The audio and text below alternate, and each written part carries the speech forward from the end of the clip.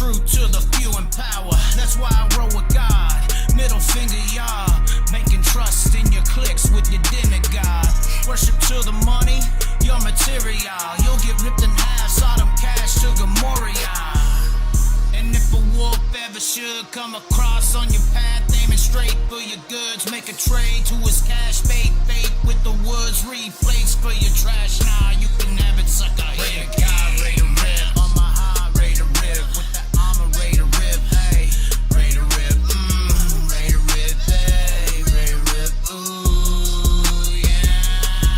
Try my hardest to stay with the best, flexing yarmulkes that's on my chest, facing problems down the depths. Ready to rip, I'm correct, the fish in the water, hit my marks, hooking and set, and being honest, wearing my harness, strapped in his harness, ready to rip, right? My hardest to stay with the best, flexing yarmulkes that's on my chest, facing problems down the depths. Ready to rip, I'm correct, the fish in the water, hit my marks, hooking and set, and being honest, wearing my harness, strapped in his harness, ready to rip, right? Let's rip.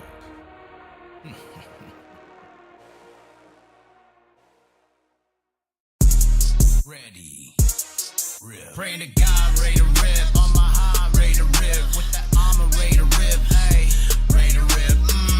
Ready to rip. Hey, ready to rip. Ooh, yeah. Trying my hardest to stay with the best. Flexing yarmulkes that's on my chest. Facing problems down the depths. Ready to rip. I'm correct. The fish in the water. Hit my marks. Hooking and set. And being honest. Wearing my harness. Strapped in his harness. Ready to rip. Hey. I jump on that track. Ready to roll. Ready to rip. Ready to reach. Place my bets. Hey, you never know when playing on hopes what you could achieve. Making the goal. Peace with the soul. Don't matter the bottle with what you believe. Cause if I'm taking it all in, the calling is harder with nothing that's harder than free. Not giving up though. Don't trip. Gotta go. Take a slip. Make a pass. A little low. Put it down the gas for a show. Slide a pass in the grass for the OPO. Got first, never last for the oh no. To the pass, to the glass, to the photo. Cause I'm gonna pass all you cowards with ease. And when them speeding demons come, we don't feast with the beast and the evil hunting lust. Burn your cheeks when I speak with my real passion, love. Turning all your tricks against you cause you're one and only master. Ready to God, ready to rip. On my high, ready to rip. With the armor, ready to rip. Hey, ready to rip. Ready to rip. Hey, ready to rip. Ooh, yeah. Trying my hardest to stay with the best. Flexing yarmulkes that's on my chest. Facing problems down the depths. Ready to rip. I'm correct. The fish in the water. Hit my marks. Hooking and set. And being honest. Wearing my harness. Strapped in his harness. Ready to rip. Hey. And I don't care if you don't know my name now. Cause you'll hear it when my old lady goes to scream out. Sunset, sunrise, 45 to shine down. Only shine is the truth to the few in power. That's why I roll with God. Middle finger, y'all.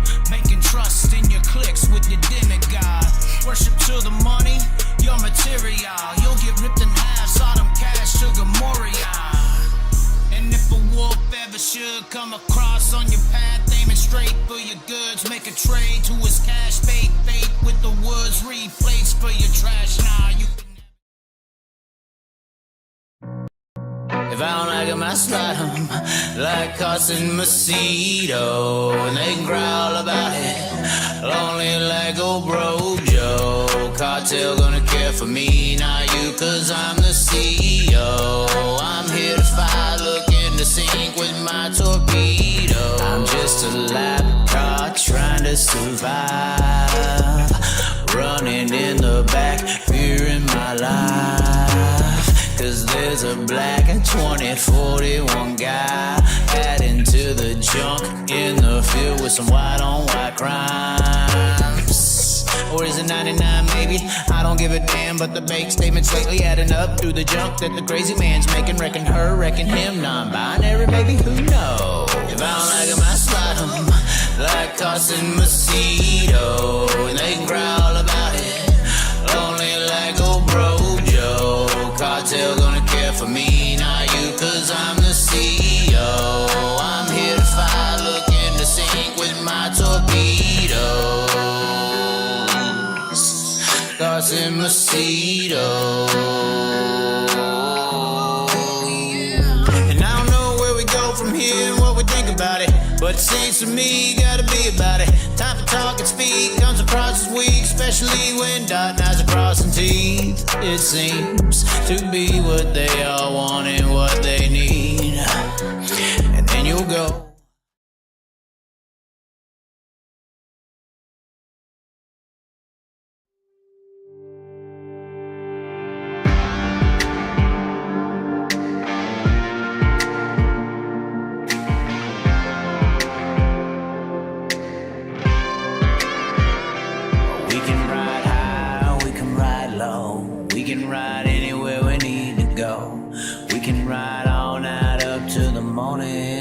as long as we make the show. We can be the best, or we can be the worst. So we can be the best thing you ever heard. With the motor singing and the grandstands ringing, it's hard to put it all in words. But this is how we ride, this is how we do. Riding mud, sliding up higher in the groove. Don't give a damn about the gas we're spinning. Ladies and gentlemen, we are here. Ladies and gentlemen, we are in the building. We are in the building. It is on, ladies and gentlemen. It is on. Hold on, here we go. Oh my God! Hold on, we can't hear you, Sean. We can't hear you. What was that? Good evening, folks. This is how we do it. Do you like that? I could scream, but I don't want to wake up the dogs. Oh, out on them dirt ovals we play. In the bright lights with no shades, letting her go, letting her rip, letting her fly, tossing her in sideways, living life. Oh my, we got a little jiggy with it there on the mic. You can't handle it, guys in the chat. You can't handle it. Turn the damn lights off. You can't handle it in the chat. What's the chat even doing tonight? Oh, look at you. PA Speedweek gonna have some high limit invaders. Wonder who ain't scared. Oh wait, we gotta fix the there we go. We are already fixed. Sorry, we had our 2-person show the other night, and now things have changed. We are trying, fortunately or unfortunately, we are trying a new beer tonight, are we not, Sean? Yeah, Busch Light Lime. Busch Light Lime. It is not the IPC, or what was that one? Or no, Pittsburgh something. IC? No, IC Light. Yeah, it's not the IC Light that Billy Dietrich told us we have to consume for the rest of our lives. But that doesn't matter because Billy Dietrich don't run much. He don't even win races, Sean. That's what I think of Billy. If he had a prime body, he might win, though. I'm thinking. If he had a prime body, he may win it. Ladies and gentlemen, let me make sure everyone knows. You want to share this show. You want to like this video. You want to share this show. How many viewers are we up to? Are we up to 100 yet? No? 86. 86. I'm about to 80. I'm about to leave if we only got 86 in here. We're used to 250, 300 every week. What's going on with you white people? I know y'all ain't watching the damn NBA finals. I know. 116 now. Oh, yeah, well, what's probably happening is they're over there watching the freaking Israel-Iran stuff right now. That's probably what they're doing. I mean, come on, guys. Leave the show alone. Leave the show alone. And for those who are praying for blood and guts, y'all are pathetic individuals. I just hope y'all know that. Who in the heck is out there hoping for people to die? I don't get it. I don't get it. Anyway, we're not worried about that. We're over here. We focused. Did we not, Sean, for a straight hour and a half? Went through the gauntlet. Did we not?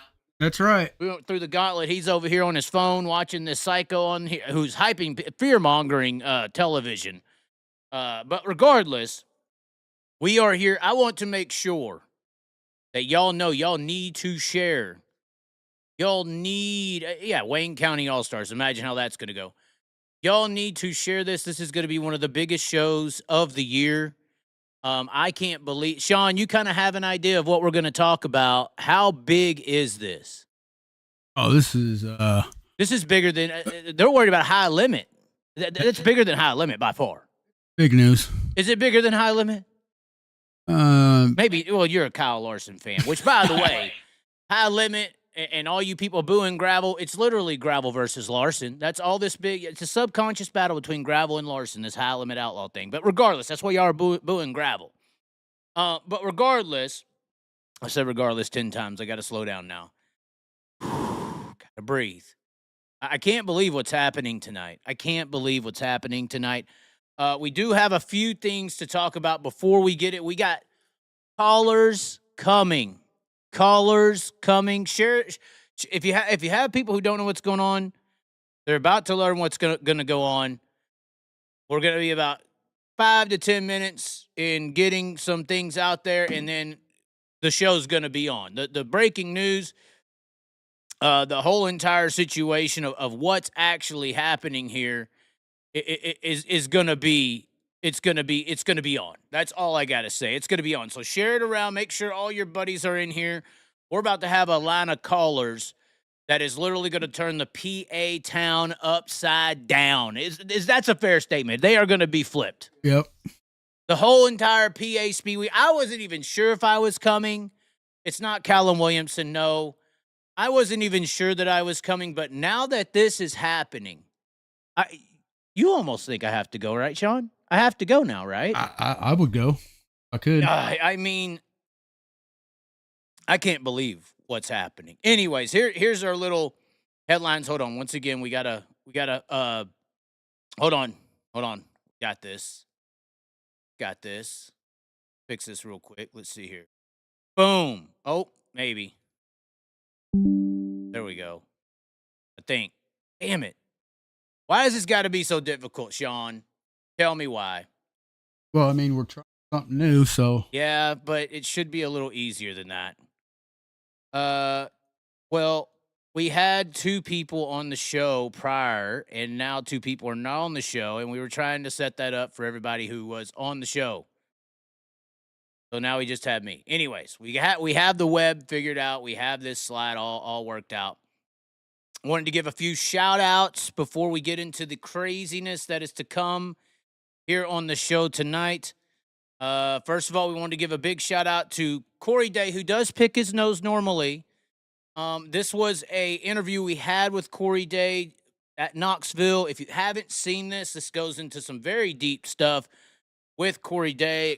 It goes into his NASCAR career, his transitions to sprint car racing, how he feels sprint car racing is to NASCAR. Really good one. And, of course, he ended up winning the Saturday night event. This was a Friday night interview we had with him, but it's more so about general career in racing and motorsports. Trying to pause it on a good spot. There we go. Yeah, there we go. But additionally, Corey Day and the Jason Myers Racing team is on a prime composite innovation body. I just thought everybody should know that. That is why this team is winning. That is why. We all know it. Weight can be built into the bodies. Just saying. Additionally, I think before we get off this, prime composite innovations, if you don't have their bodies, Macri's on their bodies, Corey Day's on their bodies. Anybody who doesn't have like a backdoor deal with IPC is on their bodies. Simply because of the best. Simply because. That's the truth. But regardless, this interview here with Jason Myers Racing driver Corey Day is potentially one of the best interviews I've conducted ever. So I would go check that out. It's on Facebook. It's on YouTube. Check it out if you have not already. And then we talk about NARC, their fastest 5 days of motorsport. The only man to beat James McFadden was Jesse Schlotfelt. And he did it at Cottage Grove. Of course, we documented this driver in the past. We were at Chico where he outdueled David Gravel one-on-one in a B-main with a Donat 270. I mean, this guy's got something. We've been trying to say it. They're underfunded, of course, so it's hard to compete in 410 racing action. But the only man to beat James McFadden this week on the West Coast was this guy right here. Just saying, Broke Joe. Yeah, fuck you. I don't know what I'm talking about when it comes to... Oh, I said too much. But anyways... Ladies and gentlemen, this is something that is breaking news outside of PA Speedweek. I don't know if people had saw this. The Ginger Kitty shirt has made its way to, apparently, according to the source that sent me this, Brad Sweet's favorite bar in the Houston Speedway area. And there is a Ginger Kitty Racing t-shirt hanging at Brad Sweet's favorite bar at the Houston Speedway. A very interesting fella, very, very prominent individual, made sure that this T-shirt was hung, and he says this is about where Brad Sweet sits as well. So what do you think about this, Sean? I mean, this is saying it, right? Houston's is definitely Team Outlaws, I guess? Yeah, I think so. I mean, I thought it was hilarious. It's pretty funny. Wish I was going up there. I mean, if you're going to be called the big cat for all these years and you're 5'4", maybe. I mean, this Ginger Kitty joke is like long overdue. Long overdue. They've been calling Brad Sweet the big cat. what about Brad Sweet is big? I don't know about, waist down. I don't know, but I'm just saying this joke is way overdue. And of course, we released the Chaz stickers. Y'all was worried about them all day, and ever since we did our content with the trucks, the push trucks at Knoxville with Sean. We busted out of the truck and attacked David Gravel as he was staging for the dash. We did release those today. A little 4-pack E-Special. Y'all see them to the back of me on the counter. We only have a limited supply of these. I believe we have 19 sets of this 4-pack. So you get 4 of these stickers. I believe they're around the 4x8 size, so they're pretty large. Good for windows and all that. And you can pick those up on the website, LongLiveTheChaz.com. We do have them numbered on there as well, so the inventory will go down. I'm pretty sure these will sell out. We've already sold a couple. I believe we started at 25, 26 sets. But a four sticker set for $20, free shipping on top of that. And while you're on the site, I'm just saying, you got your Larson Knight shirts, you got all that, but you also have the Ginger Kitty shirt. Ginger Kitty shirt on the site, free shipping as well. Multiple sizes. I believe they go all the way up through 5X.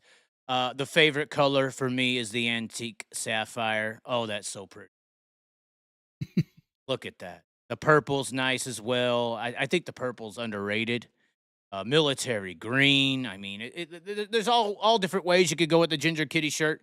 And then, of course, for the late model fans, we got our Flex Fits, our professional gaslighter here as well. But the late model fans out there, the late model Princess. Oh, man. We've been messing with some sprint car Princess. We cannot talk about that much longer. We have to get into the nitty-gritty of the actual show, and that has to do with this situation that is happening coming up starting June 27th, the Pennsylvania Speed Week 2025. I got to tell you, outside of Path Valley ending the week, I've been to the PA Speed Week. It's good, but I'm all the way over here in Knoxville. There's some other stuff I could try to do. I'm already going to be going to Cedar Lake for the Outlaw race, so I'm going to miss the beginning of the Speed Week anyway. Do I really run all the way over to PA and then run all the way back I was supposed to go to Wilmot? That's not for sure yet. Then run all the way to Eldora, then run here, run there, run to PA again. I mean, the Outlaws are going to be there in a month or 2 weeks after this happens or so, 3 weeks out, the week after Eldora. But then everything changed today. Did it not, Sean? Yeah, it sure did. Everything changed. I don't know what to say. We are already getting text. Shawn Michaels says, "Fuck you." Why did he say this? Why? I don't know. Shawn Michaels is weird. Billy Dietrich said, "Fuck you. That Busch Light Lime is piss." We're getting blown up. Oh my God. Bad. I don't think it's bad. I mean, the mango's good. I didn't degrade the mango. Oh, mango was. But we are going to dial it on up, ladies and gentlemen. We're going to dial up the first number. And hopefully this son of a bitch answers. Hopefully this son of a bitch answers. Because he is the one who is responsible for this. He is the one that has made all this happen. This scenario. And hopefully this was not a big Danny Dietrich setup, because he is buddies with Danny Dietrich. So I don't put it past him that Danny Dietrich may have done this to set me up. Billy should know. Billy, why didn't you warn me? Is this a setup? Is this a setup, Billy? All right, we're calling the number right now to break some of the biggest news I think PA sprint car racing has ever had. This is up there, right? Yeah, gotta be. Okay, the phone is ringing.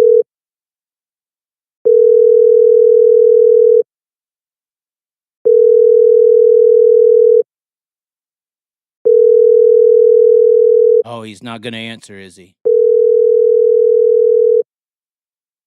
This was a setup the entire time, Sean. Oh, my God. Now I look like an idiot.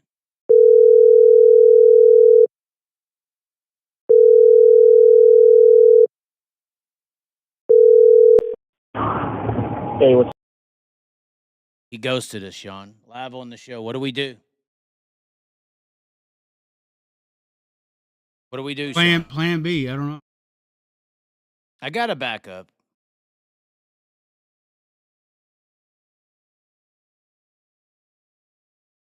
Got a backup plan.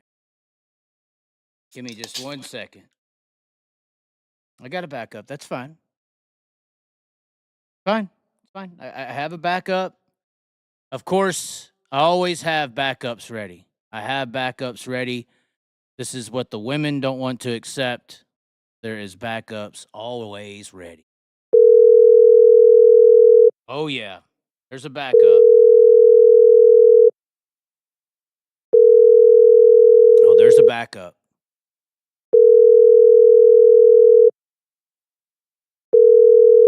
Sometimes all the women don't answer, though, Sean. What's up, my guy? Hello, are you there?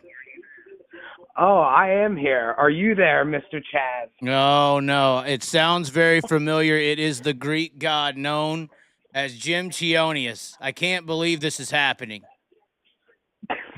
The head Come on honcho now. of Beerhill Gang TV. Hold on now. You're being PG rated. It wasn't the Greek god. What was the initial nickname you gave me when we first had our interaction? It was the Greek. Come on, tell your viewers. What was it? The Greek dickhead? I forgot. It was a long time. The Greek fucktard. Oh, the Greek fucktard. I feel good about this now.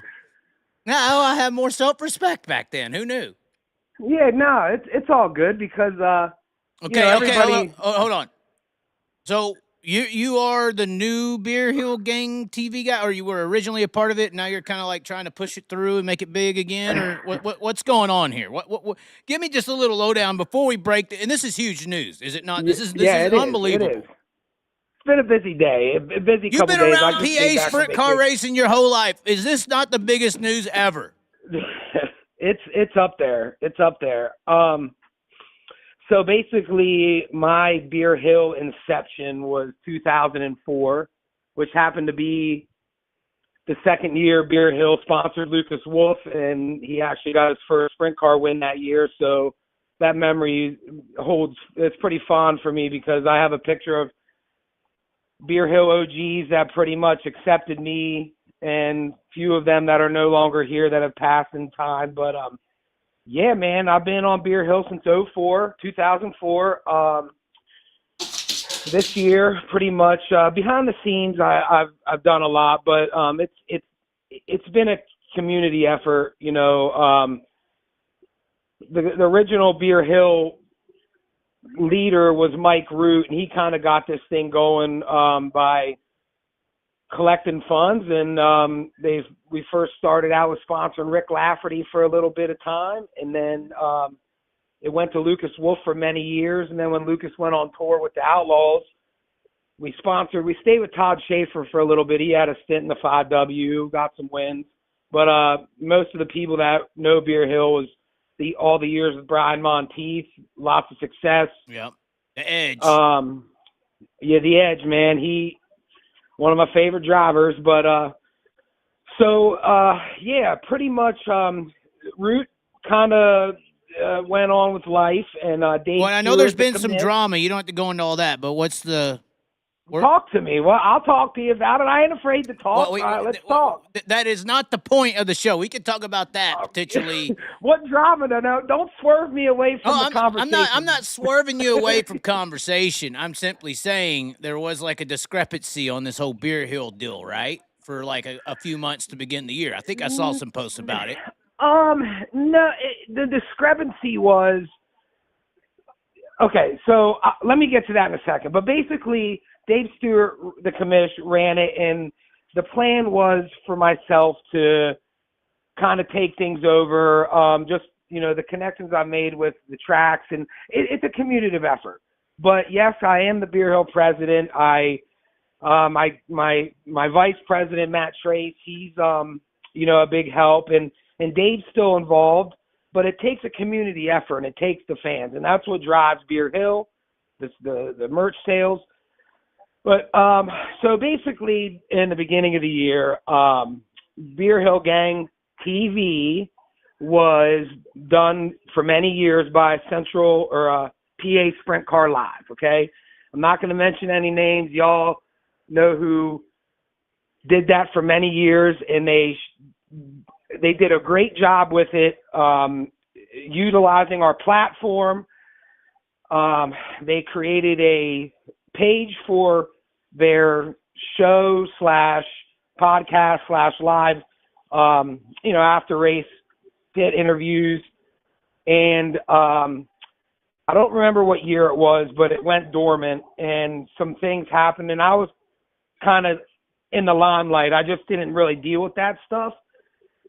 And so some things just didn't sit right with myself and some folks, and some of the things I'm not going to mention. It's just personal, private business stuff, and I try to have respect. But for the people that were told a certain story that we were trying to take something away from them, basically what happened was I tried to get their page, which had 18,000 followers, which utilized our Beerhill gang name, to join up with our Beerhill gang like page, okay? So we have about 13,000 followers on there. We have about 12,000 in our group.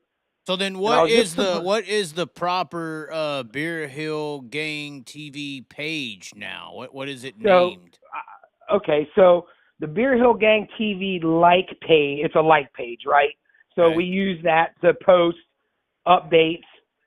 And then our group page is for fans, and I'll share the Beerhill gang TV like page stuff through there just to get more followers, to get more views.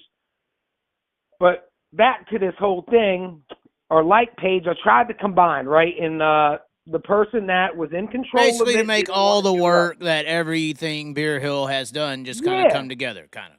Yeah, and it was nothing else, nothing more, nothing less. And I don't want to make a long story short, Chaz, because we got some breaking news to get into.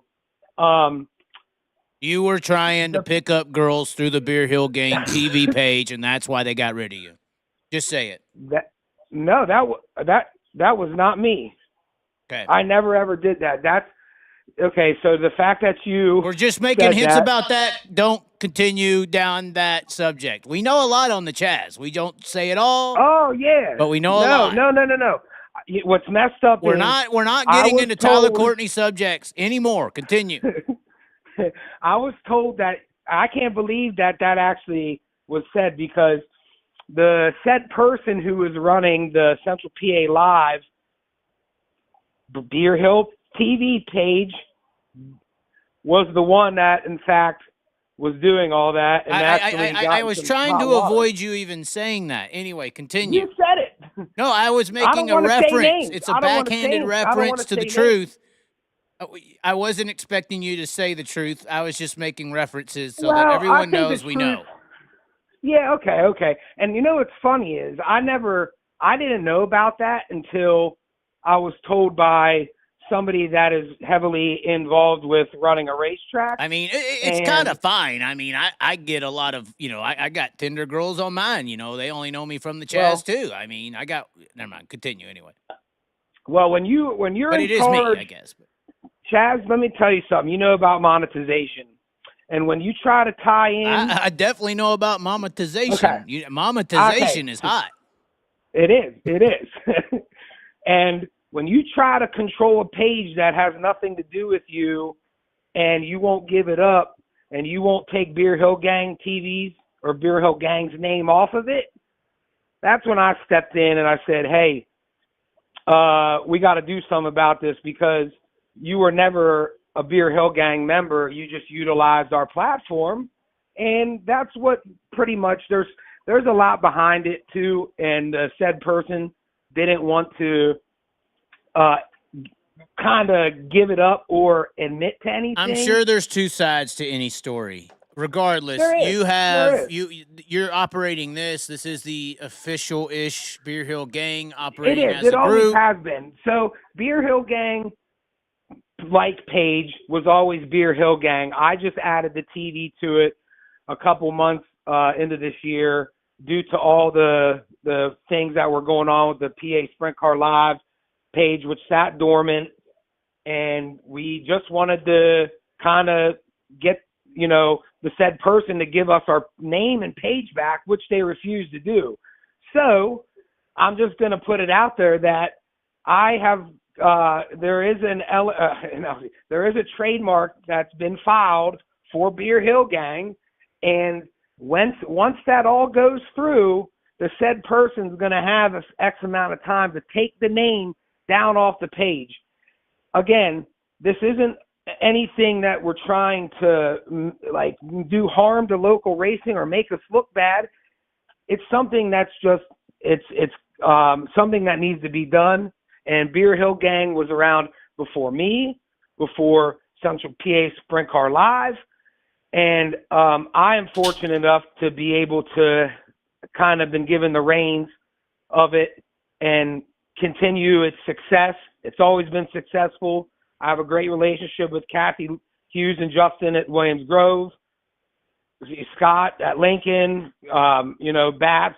We have great relationships with our partners, and we have a lot of things that happen behind the scenes, up and coming, and I can honestly say that that's what I am all about, is trying to help promote the sport in a local way. My nickname's The Mouth. Most of the racing people know me as that. And Greek I connect with fucktard. people. Yeah, well, fuck you, Chaz. People, don't take that serious. We do like each other. I mean, that happened when I was wearing a suit, bro. I suited up. But anyway, speaking of giving back to the local PA racing scene, you're going to be involved, it sounds like, in what is coming, this news. We're breaking it together, Chaz. I really can't hope believe that. this is happening. This is full circle. Yeah. This is full You know, I had to- fucking circle. I popped the surf side for this. I like my beer sometimes, but I popped one of, I don't know if you've ever drank these Surfside tea and vodkas, but I may have to. celebratory. I mean, I got this gout. I just learned. I've had a foot issue for a couple months. I've learned it's gout. I got to kind of watch, you know, the red meat and the beer. But the beer ain't been hurting too much. The red meat's it's definitely subsided my issues. But I may have to come now. I may have to come. You know, I had some people interested in me coming out for PA Speedweek. Maybe the Beerhill Gang and the Chaz need to collaborate and do something. I'm taking all my own sponsorship money. Fuck you. But we could do pre-race. We could do pre-race shows at every night when I get there. I mean, it could be a hell of a time. I'm just saying we could bring the graphics and all that. We need Elon to give us free internet, though. So hard to get connection. Starlink. Yeah, we need that Starlink. But I feel like this is all us coming together here. This is like It is. This is like, you know, the trumpets are blowing. This is like Revelations, the 3rd chapter, not Israeli or Iran. But we're making our own little bomb and collaborate. And this is the bomb. We tried to call the car owner. He's all fucked up. He's all fucked up. Dude, he's probably in Vegas. He's probably doing blow off of a stripper. No, I'm just kidding. But nah, Big Ron don't do that stuff. Wait, did I just give a hint away? Did I just give? Oh no. Okay. So what? Hold up. What? Hold on. Oh my God, we're getting too drunk right now. Do we need to? Do I need to take a piss first? Can we draw the suspense even more? Guys, I gotta point something out. So I don't have a little penis. She was lying. Hey, look, man. First off, you picked a nice picture to represent myself. I appreciate that. I thought it was good. I tried. It was. Second, I see y'all. You said you were breaking out a new beer. Well, when you come to Pennsylvania, a local pizza shop, my best friend Mike Stefanin has a brewery pizza shop in Carlisle called 7 Dots. And last month for the Outlaws, we debuted Beerhill Gang Posse Pilsner. We're able to do a limited run of 400 cans. We have our own beer that just launched. You can purchase it at 7 Dots. We're going to be doing a batch for the Summer Nationals. So you need to sponsor me, damn it. You know how many? You know how much beer I could sell at Kings Row in Knoxville? I know you have connections across the country, and in due time. Right now, we're very fortunate. We have a great partnership, sponsorship with Lucas Wolf. old Milwaukee 5W, and then also with the X Factor This Racing 410 and 358 teams with Matt Campbell and Austin Reed. You know, we try to spread our love everywhere. We got a lot of cool things happening. But yeah, man, we'll have PA Posse Pilsner, folks. Check it out. You can get it at 7 Dots in Carlisle, Pennsylvania.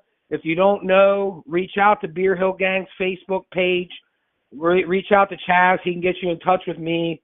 That's a free plug and a reference. Yep. And I'll give you a free 4-pack of beer because it comes in 4-pack. Oh, there'll be unlimited supply for that one. I'm just saying. I know. Yeah, well, unfortunately, it's right now we're not really a big commercial thing, you know, to mass produce it, because it is a non-pasteurized beer, so it's got to stay cold. But it's okay. I think that's good for the beginning. That's good. Pasteurization is nothing but a bad brew protector. That's all pasteurization is about. It's just like milk. People like to say non-pasteurized must be bad for you. No, pasteurization actually kills all the good nutrients in milk. It's only these big fucking companies that can't afford or technically don't give a fuck about the health of the cow that allow them to get infected and diseased, and so they pasteurize the milk to keep people from dying. If you take care of the cow, you don't have to worry about pasteurization. But regardless, before we talk about, that's awesome. Go ahead. Sorry. When I think about cows, I think about big udders, and that reminds me of PA. Think about big old jugs. Yes, I know PA. I mean, I have a few girls over. Continue. Hey, let's give a hint here. Okay, so today I've had multiple phone calls. Actually, the past couple weeks. So the owner of the Matt Campbell, you know who Matt Campbell is, 410 driver at Lincoln Speedway. Yeah, very beautiful car this year. I like it. Thank you. Well, so the owner's son, Dustin Beard, who is Posse Land Design, has a couple design. He does graphic design, wraps race cars, does all sorts of stuff. He's one of my best buddies, and he's kind of a part of this news in the background type deal, potential throwback car wrap for Speedweek. But he came up with a cool name today, and I think we should lead into it with this: the Crossing State Lines Tour. Oh, and if you catch my drift, and the said person who crossed state lines loved it. Because if you remember, I don't know, the last stint, do you remember the wanted shirt? Are we getting somewhere? Remember those? All I got to say is I had an ex that was named, her nickname was Bag. And, you know, I ended up finding out she was a rat. You know what I'm saying, Sean? She was a rat. I hear that. You know. What's up, Sean? What's up, Sean? What's going on? Oh, God. I don't know if you can hear him. He's back there, though. That's all right. Is he the guy in the back that keeps you in check? He's the push truck guy at Knoxville. He's the Asians pushing Asians thing. Yeah. All right. So. All right. Let's just tell them, because I feel like this is only the beginning. This is only the beginning. What is happening at Pennsylvania Speedweek 2025? For those that know, the 19R Ron Rutherford 358 410 sprint car team based out of Central PA. Let me get a picture of the car on the screen. I had it ready for Ron's weird looking ass, you know. Ron, we're going to make you proud tonight, because I told Ron, I said, if you don't answer, I'm taking the reins. And he said, go for it. And Ron listens to the best of them. You know, he's buddies with Danny Dietrich, and he touches Brett Marks' PP from time to time. So this is a really well put together car. It's got what it needs to win. It's a beautiful car. Yeah, I see you brought it up there on the screen. That's a good picture for all the people that may not know. So that's a 358. His son, Tyler Rutherford, drives. I don't know who took the picture. I don't see a watermark. Apologies to the cameraman, but continue. That's all right. You tried. You tried to give him a shout out. That's all that matters. So he has dabbled in some 410s with Mark Smith, Pennsylvania veteran, wingless, won in wingless sprints, 410s, beat the Outlaws in the Zemco car. Yep.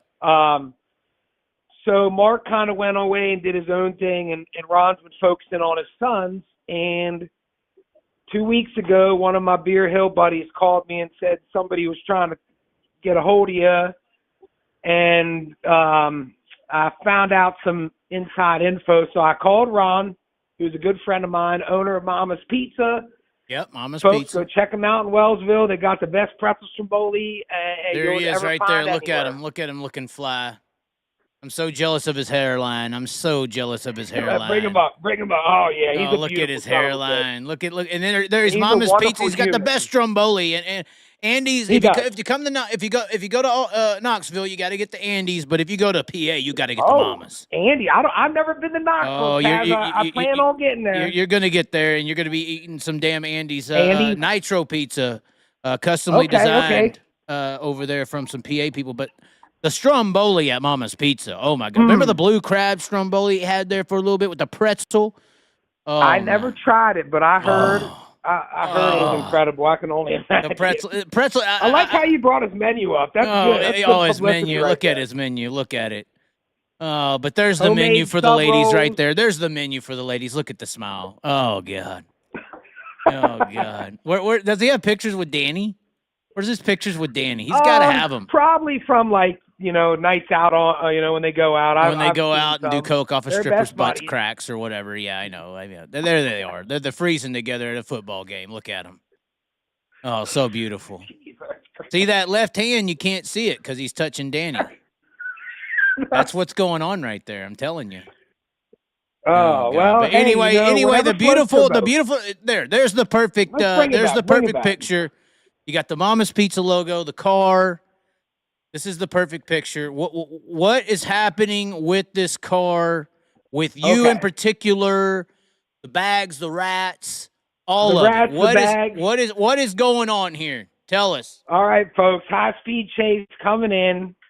I talked to Tyler Walker earlier today.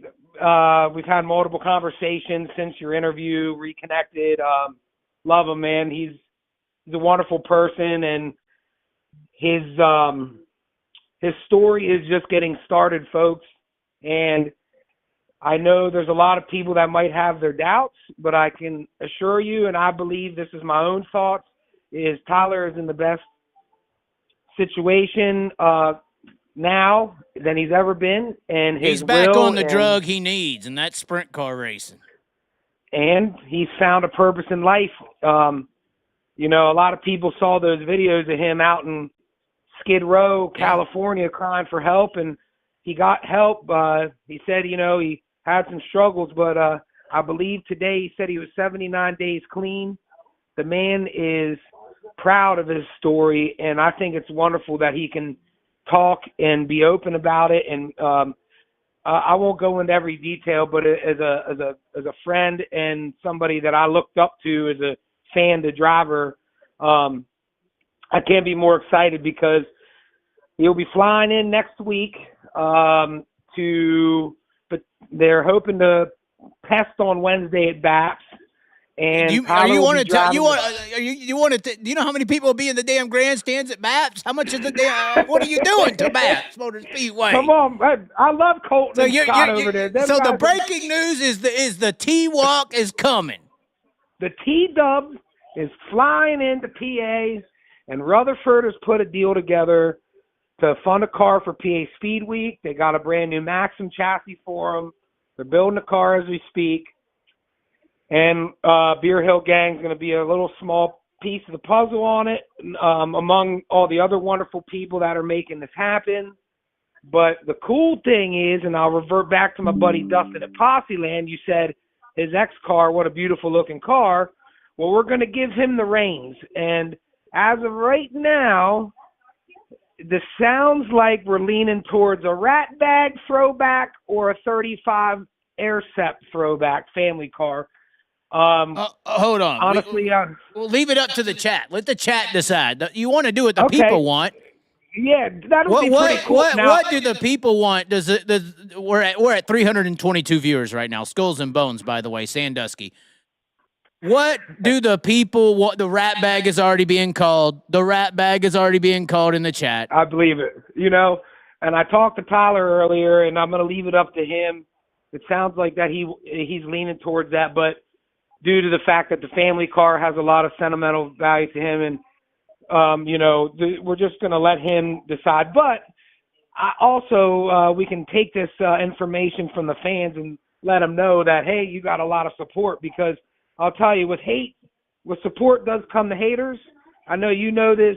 I deal with it in some ways, but at the same time, our what we have in front of us and what we're doing is things that make us happy. And I am just a small piece of a puzzle in racing. I'm a fan just like you. But for Beerhill's sake, well, you know, but I think that you being a part of something in the racing world and me being a part of something, I will tell you the biggest drug of all is the fans. It is. I love meeting them. It is the fans. I feel like shit when a fan says, "Hey, well, I see you this weekend," and I don't. You know. So the fans are unbelievably voting for the rat bag car right now, and how could you not? That is what the kids growing up, you know, was playing. Tyler Walker. And I feel like the rat bag scheme didn't really last as long as it should have, if that makes sense. I know the 35 was around a lot longer on the track, but the rat bag car, it was. Keep that right there, because see, this is right here. I think, I mean, the 19R. It's going to be a 19R. Mama's Pizza is going to be the primary sponsor. I know there's a few other sponsors involved. I'll let, you know, once the press release comes out, I'll let Ron go through all that. And Rat Bag's not a company anymore, so you can run wild with their logo, you know. This is true. This is true. And we don't know if we want to do that or kind of just do the paint scheme and with the updated sponsors. I am going to leave that up to Ron, because he's the car owner, and Tyler ultimately. But I told Tyler one of our Beerhill logos is like the straight out of Compton. We have a straight out of Beerhill. And when you say the 35, are you saying the 35 that wasn't it him and Ricky Warner? Yep, and that's another thing. A silver car? Yep, Rick Warner and him had a lot of success in that. I mean, hell, Lee Stauffer in the Apple 12. I mean, you know, Tyler was mentioning a lot of that tonight, how proud he was to be able to work with guys like that. And me as a fan, just knowing the success that Rick Warner's had with Donnie Schatz and all the drivers throughout the years, and being from Pennsylvania, you know. Now, are we talking about this scheme, the silver black, or are we talking about that silver complete? See, that's a whole other thing. That's what Dustin. Because this is the one I feel like I remember the most, the silver black. Oh, yeah, that's the one. But I really, if I had to put my vote in, I definitely would say the rat bag car, because I always hold on. the So who's the graphic guy again? Who's the graphic guy? His name is Dustin Beard with Posse Land Designs. Now, if you, Dustin Beard, like Beard, like. Yeah, he's not on Facebook, but his Facebook page, Posse Land Designs, is. Okay, so if Posse Land Designs wants to home run this son of a bitch, I'll tell you something that's very interesting. I'm a graphic designer by nature. That's how I do all my graphics on my own. So I've done this stuff before. Actually, you know, I actually did one of the Clausen cars. One of the first time my names was like national was a Chili Bowl car in like 2015. It was the Clausen Marshall team. But I'll tell you what. I miss that guy, man. What's very interesting here is you have the rat bag car with a silver hood. And if you do this scheme also has a silver hood. So they both bleed into a silver hood. The side design is what it is, but the actual hood itself is silver.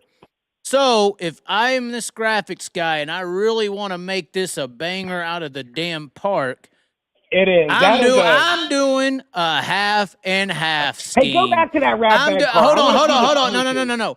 I'm doing a half and half scheme. One side of the car is going to be this design and these colors, and the other side of the car is going to be this design and these colors, and that would be crazy. But Tyler Walker coming to PA Speed Week is pretty crazy in itself. I'm just fucking. It wouldn't be hard. It wouldn't be hard to pull off. It wouldn't be. It really wouldn't be. It's the same amount of material. It can be pulled off. 2 different designs, 2 tribute style designs. 19 cars, the numbers in the different areas, the same paint schemes, the same color schemes. All you got to do is do 2 different sides and 2 different wings. It's not very hard. If he needs help, I can do them. But I think that would be the home run. Split the tank down the middle, blue on one side, black on the other, and then you just do the side designs on each side. Rat bag on one side, 35 throwback on the other. That's the home run hitter there, I'm telling you.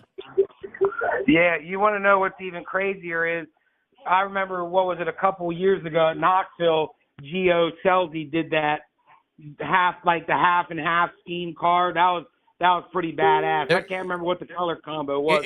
It's hard to pull off sometimes, but I think something like this, even though it may look a little odd, everyone will know what it means. You know, everyone will know why it's like that. Yeah, I agree. That's something that's pretty cool idea. And it'll work because the hood's silver on both of them. That's why it'll work. Beard said challenge accepted. Dustin Beard is in the hold on. Dustin Beard is in the chat apparently. He is. He told me he was tuning in. And apparently he said challenge accepted. He goes, say it already, damn it. He said challenge accepted here, ladies and gentlemen. So the guy. Oh my God. Don't blow great minds make great things happen. I'm just saying. Hey, my Chaz logo might look good on there too. I'm just saying, but yeah. Hold on one second. Oh no! What are we getting? Are we getting Tyler on the show? What are you doing? Let me see if I can 3-way somebody. Let's see if I gotta pee. Hold on. Let me pee real quick. I might be able to 3-way Tyler into this. See, look, I don't really catch your show a lot because not no disrespect, but I was told you get up to go pee a lot. Hey, man, what do you got to do? You got to pee, drink a lot of beer. What do you do? You know all about this. Shut the hell up. I do pee. Go pee. I'm going to try to get him on the phone. Hold up. Oh, God. Okay, you get him on the phone.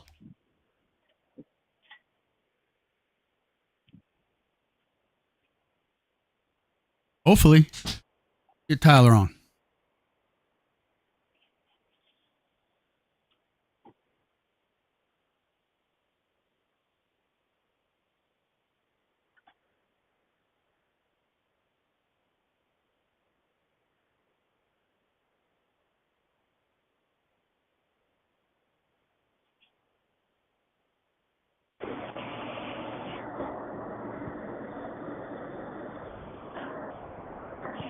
Got him?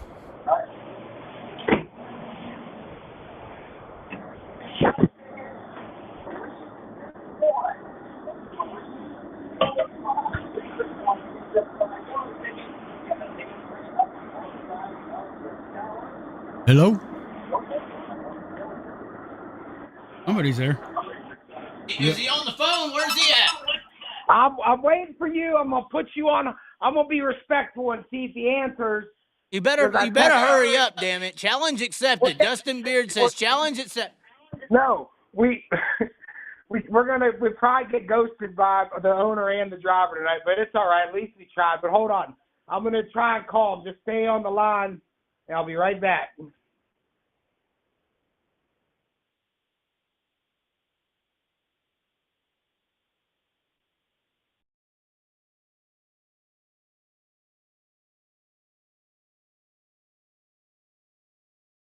Come on, damn it. Come on. Got to get Tyler on the show now. I could probably get him on the show. Hold on. What is going on? T-Dub got a lot of experience, just needs a hot rod. Oh, my. Okay, so a guy who runs 360s in the back of the pack in California is going to come to PA and whoop their ass. What do you have to say, Sean? I mean,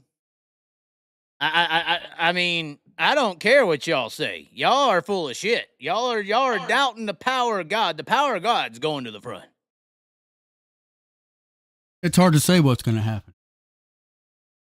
It is hard to say what's going to happen. The real breaking news is Rico's new sponsor and paint scheme, Kubota 24. Is that real? Is that real? What?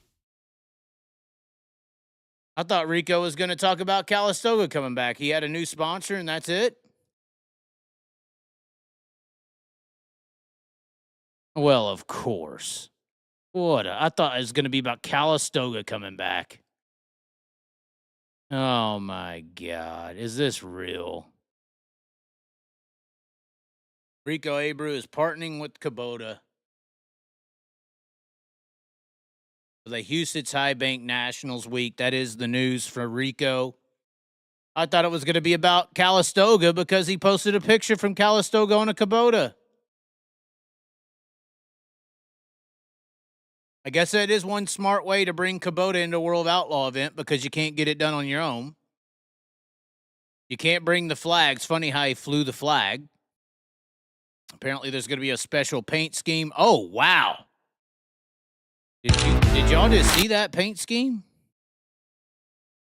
That was a slick little fucking paint scheme. I bet you that it couldn't have been Blackbeard. Hold on, let's see this. Well, pause it on the paint scheme to give a preview. Hold on just a second.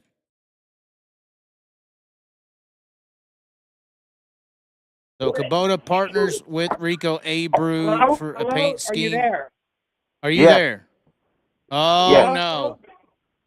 Say hello to the next California Gasser PA Posse P-Dub. Say what's up. What's up? No, it's Tyler Walker. Can you hear me? I can hear you loud and clear. Can you hear Oh me? my God! How about this, Tyler? It's come full circle. What do you think about this shit? What's going on? Oh, a whole lot of goodness, a whole lot of miracles, a whole lot of blessings, a whole lot of fun and excitement. And for me, it's just always, not always, but it is now for me. I'm just so excited to get back there with my family. That's my racing family and people that actually, support me and have been behind me. And I have no monkey on my back anymore, so I have no substances that I got to worry about. I can focus on my racing. I can focus on, my time with the fans, my time with all my people out there that I love and that love me. And I'm just really excited. I got to race at 360 a couple times, or, not really race it. I got to drive it because I wouldn't say racing it really yet because I had the throttle stick in the heat race and in the feature and never really got to race. But I feel like I'm just so excited to get back in a 410 because I've never been that much of a 360 guy. I don't have much experience in 360s, but I was just looking for more and more power all the time, So I'm excited about getting back in a 410, and especially at Williams Grove, Port Royal, Lincoln, Baps. All those tracks are just, I love those racetracks. So for me, I'm just looking forward to it. And I got a new dog that I'm bringing with me, Biggie. He's my little guardian angel now. And so I'm just going to come out there and have a good time, see all my old friends that I haven't seen. While I was in my dark hole of hell, I could get to come back into heaven and be on earth with all my friends. Well, and it's been. I mean, did you see this coming? Imagine talking to Tyler Walker 6 months ago and waking up and talking to him today. Would you? You couldn't talk to me 6 months ago because you wouldn't have found me. Well, that's what I mean. That's kind of what I mean. I mean, this is just. I mean, in a way, you say coming back to heaven and all this stuff, but in a way, 6 months ago, Tyler Walker to today's Tyler Walker, this is a heaven, a euphoria. For sure, 100%. I couldn't imagine being happy without substances, 71 days ago. I couldn't see the light at the end of the tunnel. I couldn't see happiness without my drugs or what I was, addicted to, and I couldn't go longer than 10 minutes. And now, but what the brain does is it tricks you. It's deceitful. It's very much makes you feel the opposite of what's really going to happen. What's really going to happen is you're going to get clarity, you're going to get inner joy, you're going to get appreciation for everything, and you're going to be able to see how just be able to breathe and sit still without having to need anything. For me, is just what I paid for and what I asked for and what I was looking for, but I could never find it in the substances. I could never find the peace and the solitude and and to have no anxiety and to have no fear is just feels like, I mean, it's just like, thank you, God. That's all I can say, you know? Right. Well, you get to learn that God is real, and sometimes you got to go through those gates. You got to walk through that valley of the shadow of death to find that. What's very interesting is obviously this is all happening very quick for you. Obviously you got good people on your side trying to you know, I don't want to say rectify your on track career, but they're definitely supporting a Tyler Walker splash back into the industry, if that's the best way to say it. We've already had a big vote. They were talking about the paint scheme for you when you do this PA deal. Some people were saying the rat bag. Some people were saying the 35 car. We've already proposed to the fans. I want them to do a half and half scheme. Half the car, the rat bag, because the hood's silver. You could pull this off. Half the car, the rat bag, half the car, the 35. Obviously, it'll be a 19 car, but you put the 19 in the same spots, make it look visible and new from both sides. The graphics guys already said the challenge is accepted. It's on. This okay. is insane. Well, I love it. This I love is it. insane. I love it. We got to make That's sure awesome. the car. That's really cool because it's hard to decide. Really, it is because what do you? But that's the best of both worlds. So, and I really like. Well, and like I was saying earlier, the rat bag car was short lived. You know, it didn't last that very long. You know. No, just in the video game stores, and you know, other than that, on the track, it wasn't much. You know, so this will be really cool. It is insane. Speaking of racing on the track, you're going to get some practice at BAPS. I don't know if we should be telling people this. The damn grandstands at BAPS next week on Wednesday, you may be nervous. I think there'll be fucking 2,000 people there just to watch you take some hot laps. I mean, I'm not kidding. I'm not kidding. This is true. They will. They will. Luckily, I'm not feeling anxiety anymore, so I hope they do because I would love to see them. I can't wait to. I guarantee you, Jeremy Elliott's ass is already trying to figure out a way to charge $10 to watch practice next Wednesday. I guarantee you. What I'm saying though, is like, dude. it's true. You're laughing because it's true. It is true. It's true. But you can't blame the guy. No, I'm just saying. He needs to. Well, hey. Anyway. Hey, we are in America, and we are focused on that almighty dollar. You know, so that's sad. I'm all power to him. You know. Yeah, it's either the almighty dollar or Iran and Israel. You know, it's all psychological warfare. But regardless, completely. Yeah, it's a psychological game. But regardless. This is huge. You coming over there to get some laps on the track. I wasn't even thinking of going to PA Speedweek. Maybe, maybe not. I didn't know. It'd be hard. It'd be a long drive. I haven't technically met you in person. This may have to happen now. I may have to be there. I don't know how this is going to happen. This is insane. I want you there. I want you there for sure. You got to come to Victory Lane. Oh, got to come to Victory Lane. Okay, speaking of that. The standards have been set. Speaking of that. I mean, he does know how to get it. You know, the video of you, he didn't bring this up last week because I don't, you know, it's whatever. But, you know, the video, he brought up the video of you running through the pits and whatnot. But what they don't know is the next night you came back at Port Royal and won the feature. This is true. I didn't even remember that. But that's pretty cool. You did. And because I'll always remember that black flag happened with Monteith. It was Adam Wilt, where the leader ran out of gas on the start, and the week or two before it, I'm pretty sure it happened. It's Corey Haas slipped or somebody. They did the same thing, and then they tried to avoid the front car not going and sputtering. And I can't remember who was in front of Tyler the night he did that, but he avoided it, and they black flagged him. And I remember there was an article in the paper next week because Justin Lowe, the GM, was asked about it and kind of said it was a gray area because that's something like that's never happened before, and they made that. That tends to happen a lot in my life. I usually expose any type of weaknesses. Well, it did, and it caused. I can't remember who wrote the article. It was Todd Heinzelman. It was in the local Patriot newspaper, but I'll never forget them asking them that, and it always intrigued me because that situation, having to decipher that quick when you step on the gas. I'm not tearing up my car. I'm avoiding this car, and then you end up getting black flags for it, and then, oh, man, then chaos ensued. And we were fast that night, too. We were good that night. I know we were fast, good. Fast, yeah. bro. And the funny thing is, Tyler don't know this. Well, he you know, like I used to work next to his race shop where Jesse Keene's shop was, and I remember, you know, all the Keene guys came in to get food, and if you remember in the video, our buddy Jonesy was pummeling the security guard Peanut. They all worked for Jesse Keene. They were the security people. And that couple, security's changed now, Tyler. G-Force is there. We don't got some homegrown. They didn't know how to handle a situation, and I feel like your emotion did get the best of you, but you had every right to. But the security, they didn't do. Well, hold on, because Tyler said on the show last time that he did all that for fun. It was for show. You said you did it for. I'm sure he was pissed. He was. He said he knew he was pissed, but then when he saw a camera, he turned it on. You know. That's what he said. That's what you said, Tyler. Tell the truth. Don't fucking back down now. I'm not backing down at all. I'm gonna tell you how it is. At the flag stand, I was pissed. I wanted to drag the guy out of the flag stand. Oh yeah. Then when I walked back, I was calming down, but I was still like, "Fuck you guys, fuck this shit," you know. Yeah, get out of my pits. But then you said you saw the camera and wicked her up. And then I saw the cameras, and I thought, you know what? Fuck it, I'm gonna put on a show now. Might as well. And it got.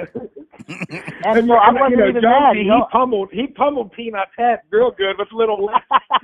well, and it is 100% true. He said, "I wonder how many views that King's Royal," because we were showing the King's Royal finish where he won versus that, and nuts. He was like, "How many views were there?" And there was like 500 on the King's Royal win, and there was 500,000 on the fucking fight at the pits at Williams Grove. I mean, right, Chaz, exactly. If you look at Jesse Keene's emotion, smile in that picture. It was worth more than any view you could get. I understand. Okay. In person, when them two would cut, so I used to work at a sub shop, and I always took pride and remembers people's orders. Tyler would come in and get this double Italian, double meat, double cheese, double mayo. Jesse would come in, Jesse Keene, the coroner, he'd want his bread sliced down the middle like a flipped over, not open, like a hoagie. He had a certain way, but when Tyler got hurt from doing the backflip after he won a Grandview in one of the most epic races I've ever seen there, I'll never forget watching Jesse hug Tyler in the pizza shop I worked at. And I really didn't know them all but for a few months. And the way they treated me I'll never ever, that'll always stay with me for the rest of my life. But watching them two, like how much Jesse respected and loved Tyler and vice versa. He treated me really well. He treated me like a father figure. Yeah. Like I could tell you, because at the time I still drank a lot, and I was partying, not with substances really, but with alcohol and whatever. Anyways, he would go to AA meetings on a Sunday morning, and I would go to the meetings with him, and he was so cool because I'd show up shit-faced still sometimes, lit. But he never once gave me shit. He just said, "Thank you for coming." So then after that, I realized I didn't want to drink anymore after the races because I wanted to go be there for him at the meetings so I could support him. So I stopped drinking so I could go there and be with him at the meetings, and because he never gave me shit. He never said, "Oh, don't come here, you're drunk," He never did that. He just said, "Man, thanks for coming. I appreciate you coming." It was your own self-reflection of the scenario, kind of. Right. Then I stopped drinking because I wanted to go there with him, because I wanted to be present for him, because I appreciated that he gave me so much respect, and he didn't belittle me and tell me, most people in that situation would have been pissed off or fucking, "What are you doing here? You can't be here. You're drunk. It's an Alcoholics Anonymous meeting."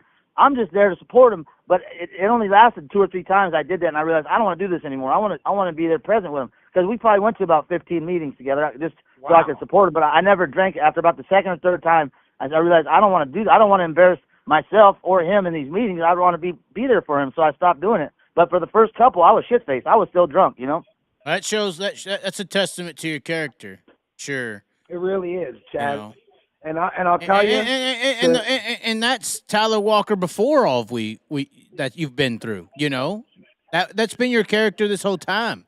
It's just sometimes you roll the dice in life and you get the wrong fucking shit.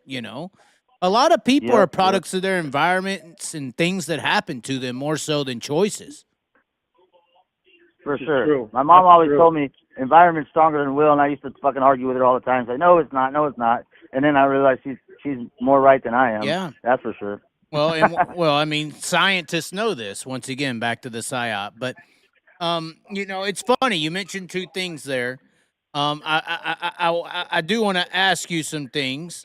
Two things, Tyler, on this return to PA. I want to tell you two things though. First, the two things I'm going to tell you, I don't want no response. And James, I'm telling the truth. There's two things you got to avoid when you come to PA this time. One is this thing called yingling. It's piss. It sucks. Don't put it in your mouth. The other thing I'm familiar with. It doesn't matter. It doesn't matter. They did something to it. It became popular, and now it's full of shit. They got fucking, Tastes like piss water. No, they probably got fucking, that stuff that makes the frogs go gay in it. Now, it got too big. It was fine when it was small and little in the Susquehanna River.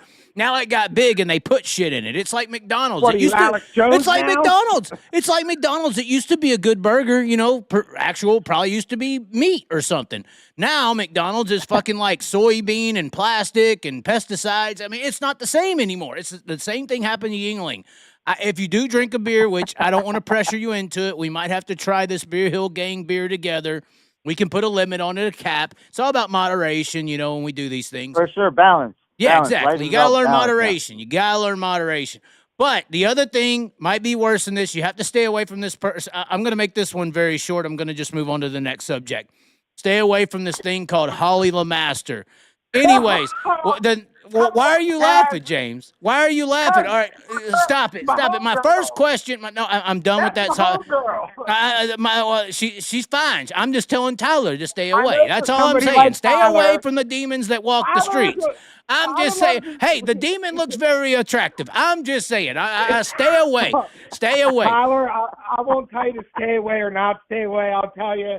You will suggest to stay away. You better good suggest to stay away. I am done with you. I am done. Don't listen to James no more after you come to PA. But here's what I'm saying. Bad influence right now. Yeah, you're laughing because you know it's true. Stay away. Stay away. But anyways.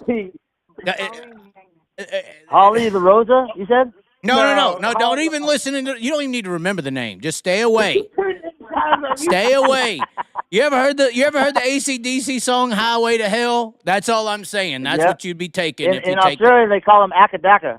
They said, Hey, you like akadaka? I said, I don't know what akadaka is. They go, you don't know what akadaka is? I said, I have no idea what that is. They said, akadaka. Man, they play that song. I'm like, oh, we call it AC/DC. I was like, oh, I didn't know that.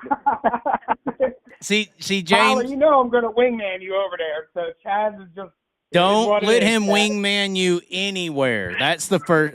This might be the third point we have to make. That's why I'm bringing my dog, so I don't get wingman to anywhere either. Anyways, Exactly. The dogs will keep the cats from hell away. Definitely. Yeah.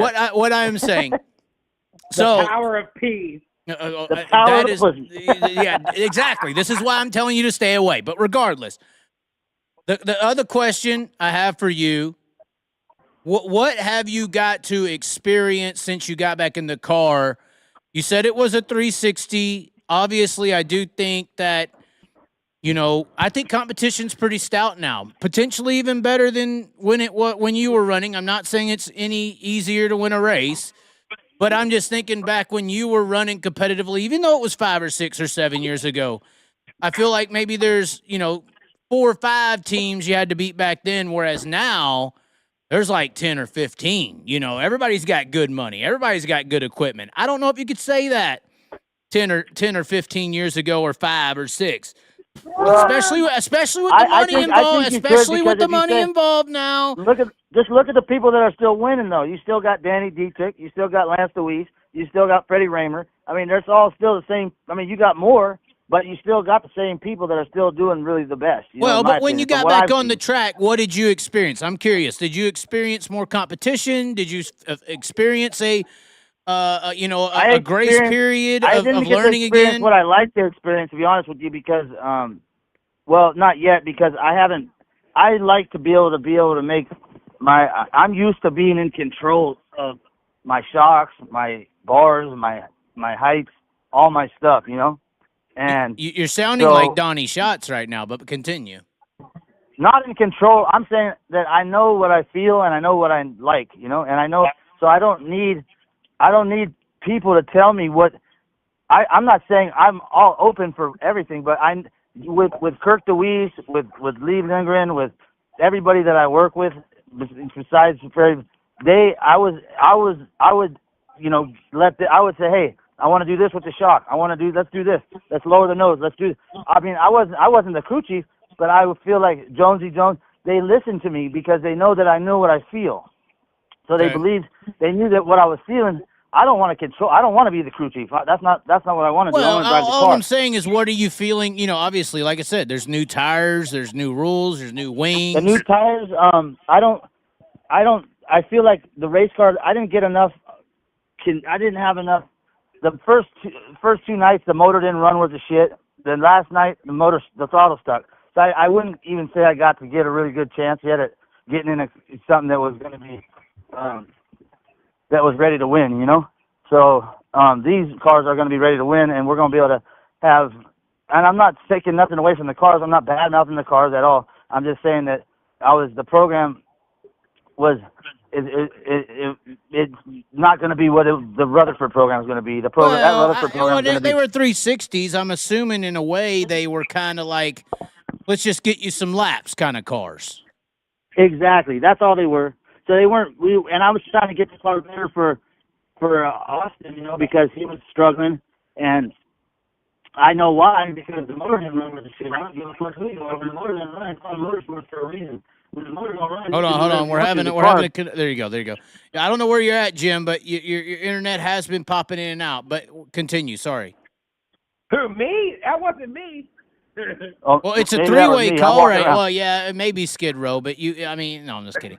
I'm actually at my mom's house right now. I came out to my mom's. I'm making jokes. Shut the fuck up. I know. I came and played pickleball with my mom because I'm trying to. So she whipped my ass at some pickleball. Oh God. And but it was pretty fun. We played for about an hour in 100-degree heat. So and then I did some push-ups. I tried to see how many. Damn. It's 100 degrees, yeah. And I'm up to 75 push-ups now in a set. So my goal is to be up to 150, and then I'll be doing. Well, physical fitness is huge in these cars. I mean, did you at least experience that a little bit? No, that's what got me, because the first race I felt weak. I could feel it, you know. So I started doing my push-ups. I started out, I was doing 20. I could only do 20, you know, because I'm still healing, you know. So I didn't, but I started out at 20. And then I got to 50 last week, and I'm up to 75 now in a set. So once I get up to about 150 a set, then I can do 4 sets a day and be up to around 800 push-ups a day, and then I'll be back in the good shape, you know, where I want to be. Well, and then so, how is the you said you're hanging with your mom? How's the support from all the family over there? Is it good news? My mom, my sister have been supporting me a lot. My brother, I don't speak to still. He's whatever he's doing. I don't know. He thinks that. Well, I don't even know how to. We don't need to talk about that. My dad's been slowly coming around, which he had a stroke, so he's got some good excuses. He doesn't remember a lot, you know, I guess, and things. So, but I was with him today, and we had a nice. I sat down with him at his shop for about an hour and a half, and we just kind of hung out. It was nice. It was he got to meet my dog, and we just kind of sat in the office and. This is kind of funny. I really laugh at this. There's a warrant. He goes, there's a warrant for your arrest. I got paperwork. I was like, what? So I look at it. I go, this is from fucking Nevada. I haven't been in Nevada since 2013. I said, so I call up. I said, there's an arrest warrant for it. They said, yeah, it's from 2013. I said, what's the statute of limitations? I said, it's got to be, you guys got to dismiss shit by now. That's 12 years ago. And so they said, well, I don't know. We can't find it in the system now. So I'm like, so I spent like an hour trying to figure out what they were talking about, but we couldn't find it. But it was from the high-speed chase, you know. Which is, why does that come up now? Like, it's just crazy, you know. But whatever, I'll deal with it however I have to deal with it. But so that was basically what we sat in the office. And then I want everybody to check this thing out because it's pretty bitchin'. Look up BLT. It's a bear, a lion, and a tiger. They call it the BLT. And anybody who's an animal lover, look it up, because there was three animals, a lion, a bear, and a tiger. And they all got captured at a drug raid in Atlanta, and they were babies, you know. They kept them together, which these are 3 predators that are killers, you know. They're not supposed to be able to get along. But in the video, you can see in the video, they were best friends. The bear was the boss, the tiger was second, and the lion was third in charge, you know. But I always thought the lion was the king of the jungle, but apparently not. I guess the bear is the boss. So. But check it out. It's pretty cool. You can look it up online. I'm trying to bring it up. It is apparently it's on the UK covered this. Everything else has chosen not to. I guess they're too busy worried about Israel and Iran and the second coming of Christ. But lion, tiger, and bear brothers rescued in drug raid refused to separate after 15 years together. That's what it says. Yep. Wow. It's pretty amazing to see them all play together. They roughhouse and they play and they love each other. They're a family. They became a family. And Wow. Which is pretty awesome, you know, because they're not supposed to do that. Like, they're just apex predators, you know. Yeah, and, they're supposed to kill one another, technically. Supposed to kill one another, right? But they're best friends. And the bear was the boss. The bear was in charge, but the tiger was mischievous. The mischievous one was the tiger. He liked to go around and fuck with all of them, tease them and run them, hit them and run away. And then while they're taking a bath or whatever, he'd run up and swat them.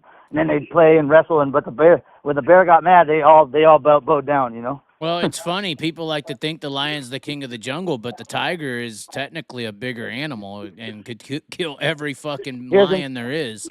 Right, because they hunt alone. The tigers are tougher because they hunt alone, where the lions hunt in a pride with each other, so they're not as badass as the tigers. But now there's a liger. It's a lion and a tiger, and they're only in captivity because they mix the breed. And what happens when they mix the lion and the tiger, the DNA goes apeshit crazy, and they're like 1,200-pound cats now. They're bigger than the lion or the tiger, like tremendously bigger.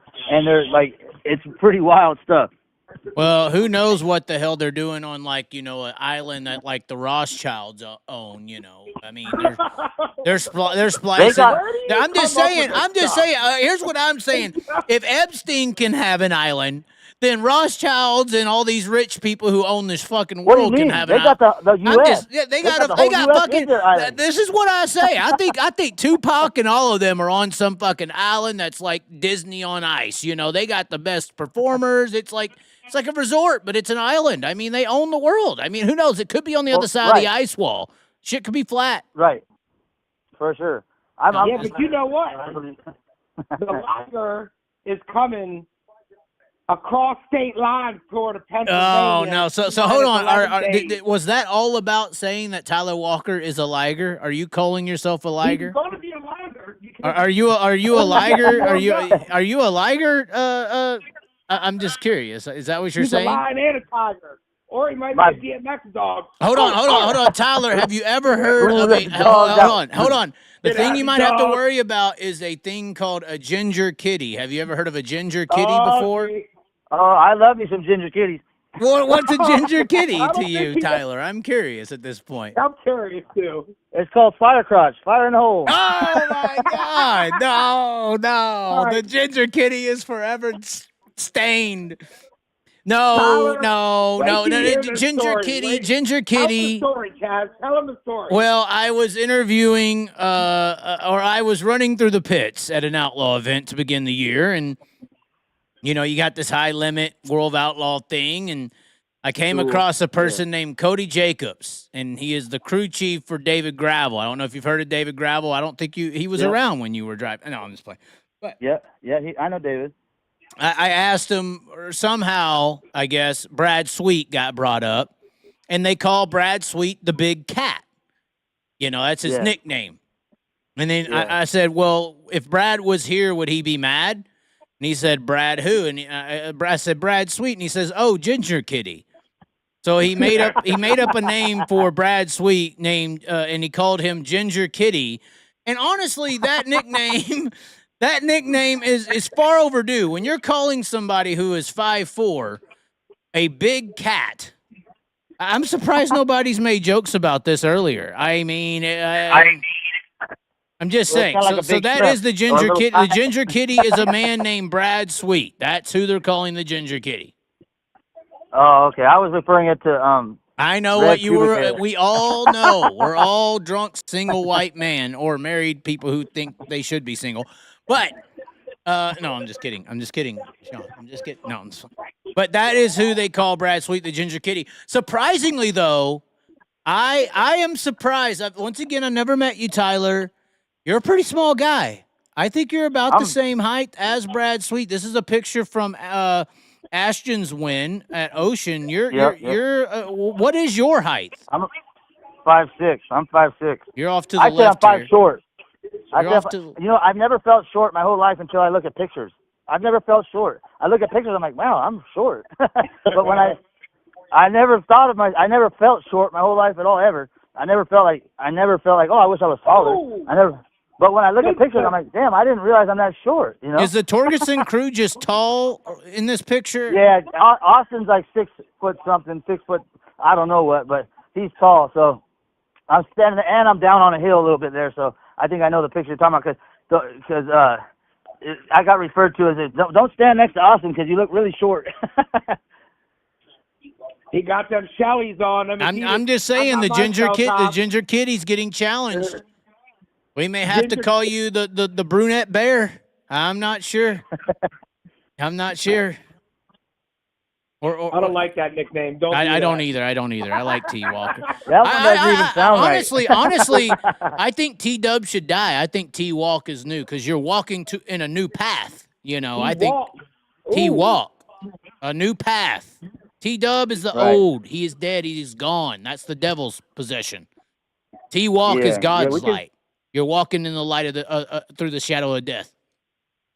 Yeah, we could come up with something new. I'm all for it. Let's think of something new. Oh my, the chat must be going wild at this point. Oh my God. So, how excited? When are you going to get in? Obviously, you're flying in. They said you're practicing BAPS Wednesday. The Cali Liger.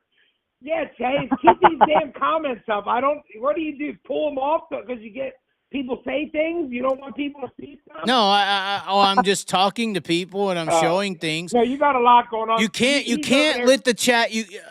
I've had to learn to ignore the comments. It's called no. I'm not letting you bully me here, you Greek little fucktard. Hey, read you Greek little fucktard. Listen here, the Greek god of Chionius. Here's the deal. He don't know about that, Chaz. I'll tell you what my friends call me. They call me Tyler the Destroyer. Oh my God! I feel like those are all women who call you that. That's what I think. Hey, yeah, I don't really have that many. Most of my friends are women. Okay, so you're literally like Josie from Kid Rock's band, 3'9" with a 10-foot dick. Is that what you're trying to tell us, Tyler? 3'9" with a 10-foot dick. Great. Okay, we got the message there. That's basically what he just said, Jim or James. This idiot a couple years ago I don't know if a couple years ago Chaz was making his headway, getting more audience, and I never met him, right? So I knew him as he was always creating content, creating a stir, but he had a lot of awesome points and talking points, but one of the things that happened was he went out to Stockton a couple years ago. Yeah, because I was sitting there and a fucking dude. This is why I don't pay attention to comments. I was sitting there on a show, and the comment said, "If you come to Stockton next fucking Saturday," and I was in Florida. He goes, "If you come to Stockton next weekend, I'll whoop your fucking ass." And so I took the motherfucker up on his offer. That's what happened. I mean, that's the truth. So then I decide. Hold on. First of all, I go to Stockton. I almost died. Hold on. I go to Stockton. I almost died like twice, and then I get there and the fucker don't show up. I showed up in a tuxedo and everything. He ain't even there. Where you at, bitch? He ain't even there. So then he decides to ruffle the PA race fan feathers. No, they started talking their shit. You tell the truth. Oh, no, I'm going to tell this because this is how we met. We actually met. This motherfucker's real and listen. So I make a video and he responds and he's like, it's like a WWF gimmick video. It's so good, right? My girl wakes me up and is like, Jimmy, some guy's driving to Pennsylvania for you. And after I just went from Florida to fucking Cali. After. He's like, so on the Beerhill gang page, I got a lot of friends, and people were like, "You idiot! You come to PA, you're gonna blah blah blah, whatever. You're gonna get your ass whooped. I'm gonna slap you. Yeah, all this shit." And that's not how it was, right? I didn't. But that's what y'all were saying. I didn't fucking know. But they had my back, bro. You come to PA. Okay, listen. So he makes the video. He's like, "Oh, this." He said, "We're not like the mafia, but we're damn close." I woke up in a car. I woke up in a car at 6 a.m. covered in snow. This We're motherfucker not the talking Mafia, shit. but we're damn close. But anyway, so he makes this video, called me the Greek fucktard. I am Greek. I'm coming for you, Jim Chonius. I'm like, holy fuck, this guy's nuts. So like 24 hours go by, or 12 hours. The next video, he's like 3 states over, and it's like him laying in his car seat, facing his windshield with snow covered, and he's like, wakes up and he's like, I just woke up, Jim, and I'm coming for you. That's really what happened. Oh, and that was in the Grand Canyon in Arizona. Yeah, he drove to Lincoln. We met, we shook hands, and we're cool. I wasn't trying to fight him, right? Like that's not me. I don't fight. I'm not like that. But people were like, man, and still to this day, they think we got like a beef, and we don't. Like I told him earlier, I got a respect for him. Your interview, him having smoke on. I'm just a fan, but we're friends. And I'm so glad we're all enjoying this conversation right now. Well, he wouldn't have the fan base that he does, or the followers and everything, if he was plain and boring. He wouldn't have exactly. So that's why we appreciate you, Chaz, because you keep it real and you keep your opinion and you voice it. Because most people are too fucking afraid. Most of these motherfuckers, see, here's what happens, and we talked about this, or I've talked with a couple people here today. Apparently, there's a few World of Outlaw. One of my sponsors, for instance, is Prime Composite Innovations, a guy named Clyde Knipp. He's actually pretty legitimate. Clyde Knipp. He's a bad motherfucker, and I hope everybody buys a Prime body. I actually gave him a really good idea to slide. I'm gonna expose how smart I am. So I was talking to him today, and there's all this shit right now about how guys, are bolting weight on the front of the car, right? To put more weight on the front of the car to try to keep the front end down in dirty air. And I'm like, hey, Clyde, has any of these fucking crew chiefs came to you and tried to get you to mold like some lead in the nose panel? I'm thinking like a fucking G. I'm thinking of how to actually, there ain't no laws on how much a nose panel has to weigh. But regardless, me and Clyde and you right here, this. Here's the fucking problem with me in this industry is I can't be bought, Right. And I've went through the hard fucking gutters of life, and I've realized I've been in moments where the only way I got to tomorrow was because a divine power was involved. Yes. Very simple. God made that shit happen. Maybe it was a person. Or a sponsor like Impact, or a person like Clyde, or this person or that person. But God intervened and used these people to make this shit happen. That's where he goes. This is not about these money dollar signs. This is about purpose, God, and a belief in a God. Because when you start believing that these dollar bills define your lifestyle and what you have, you're fucked. You're because that is the ultimate thing. The devil wants to convince you that these things in front of your eyes, this lustful vision into the world you see, is what controls your success, is what controls your ability to survive, and that is how you live a life of superior slavery. When you realize that is not who controls tomorrow's. And that is not who controls success. And that is also not who controls failure. That's when you fucking figure it out. And so I figured that out the hard way. Not the easy way. The hard way. And when you figure that shit out, these motherfuckers with them dollar bills and that money and that power, they don't like it because these people are the fucking dominions of demonic entities. These people are the chosen ones to show you what you don't have and what you should be going for and striving for. When it's not about what they got, it's about what you have. And if you are able to have that power and that connection and understanding, the world's going to be against you. But hey, buddy, your life is a salt in the pepper jar. You're only going to live for so long. And I got my investment ain't in a banking account. My investment is in God, and that's a divine intervention that lasts way longer than a lifespan.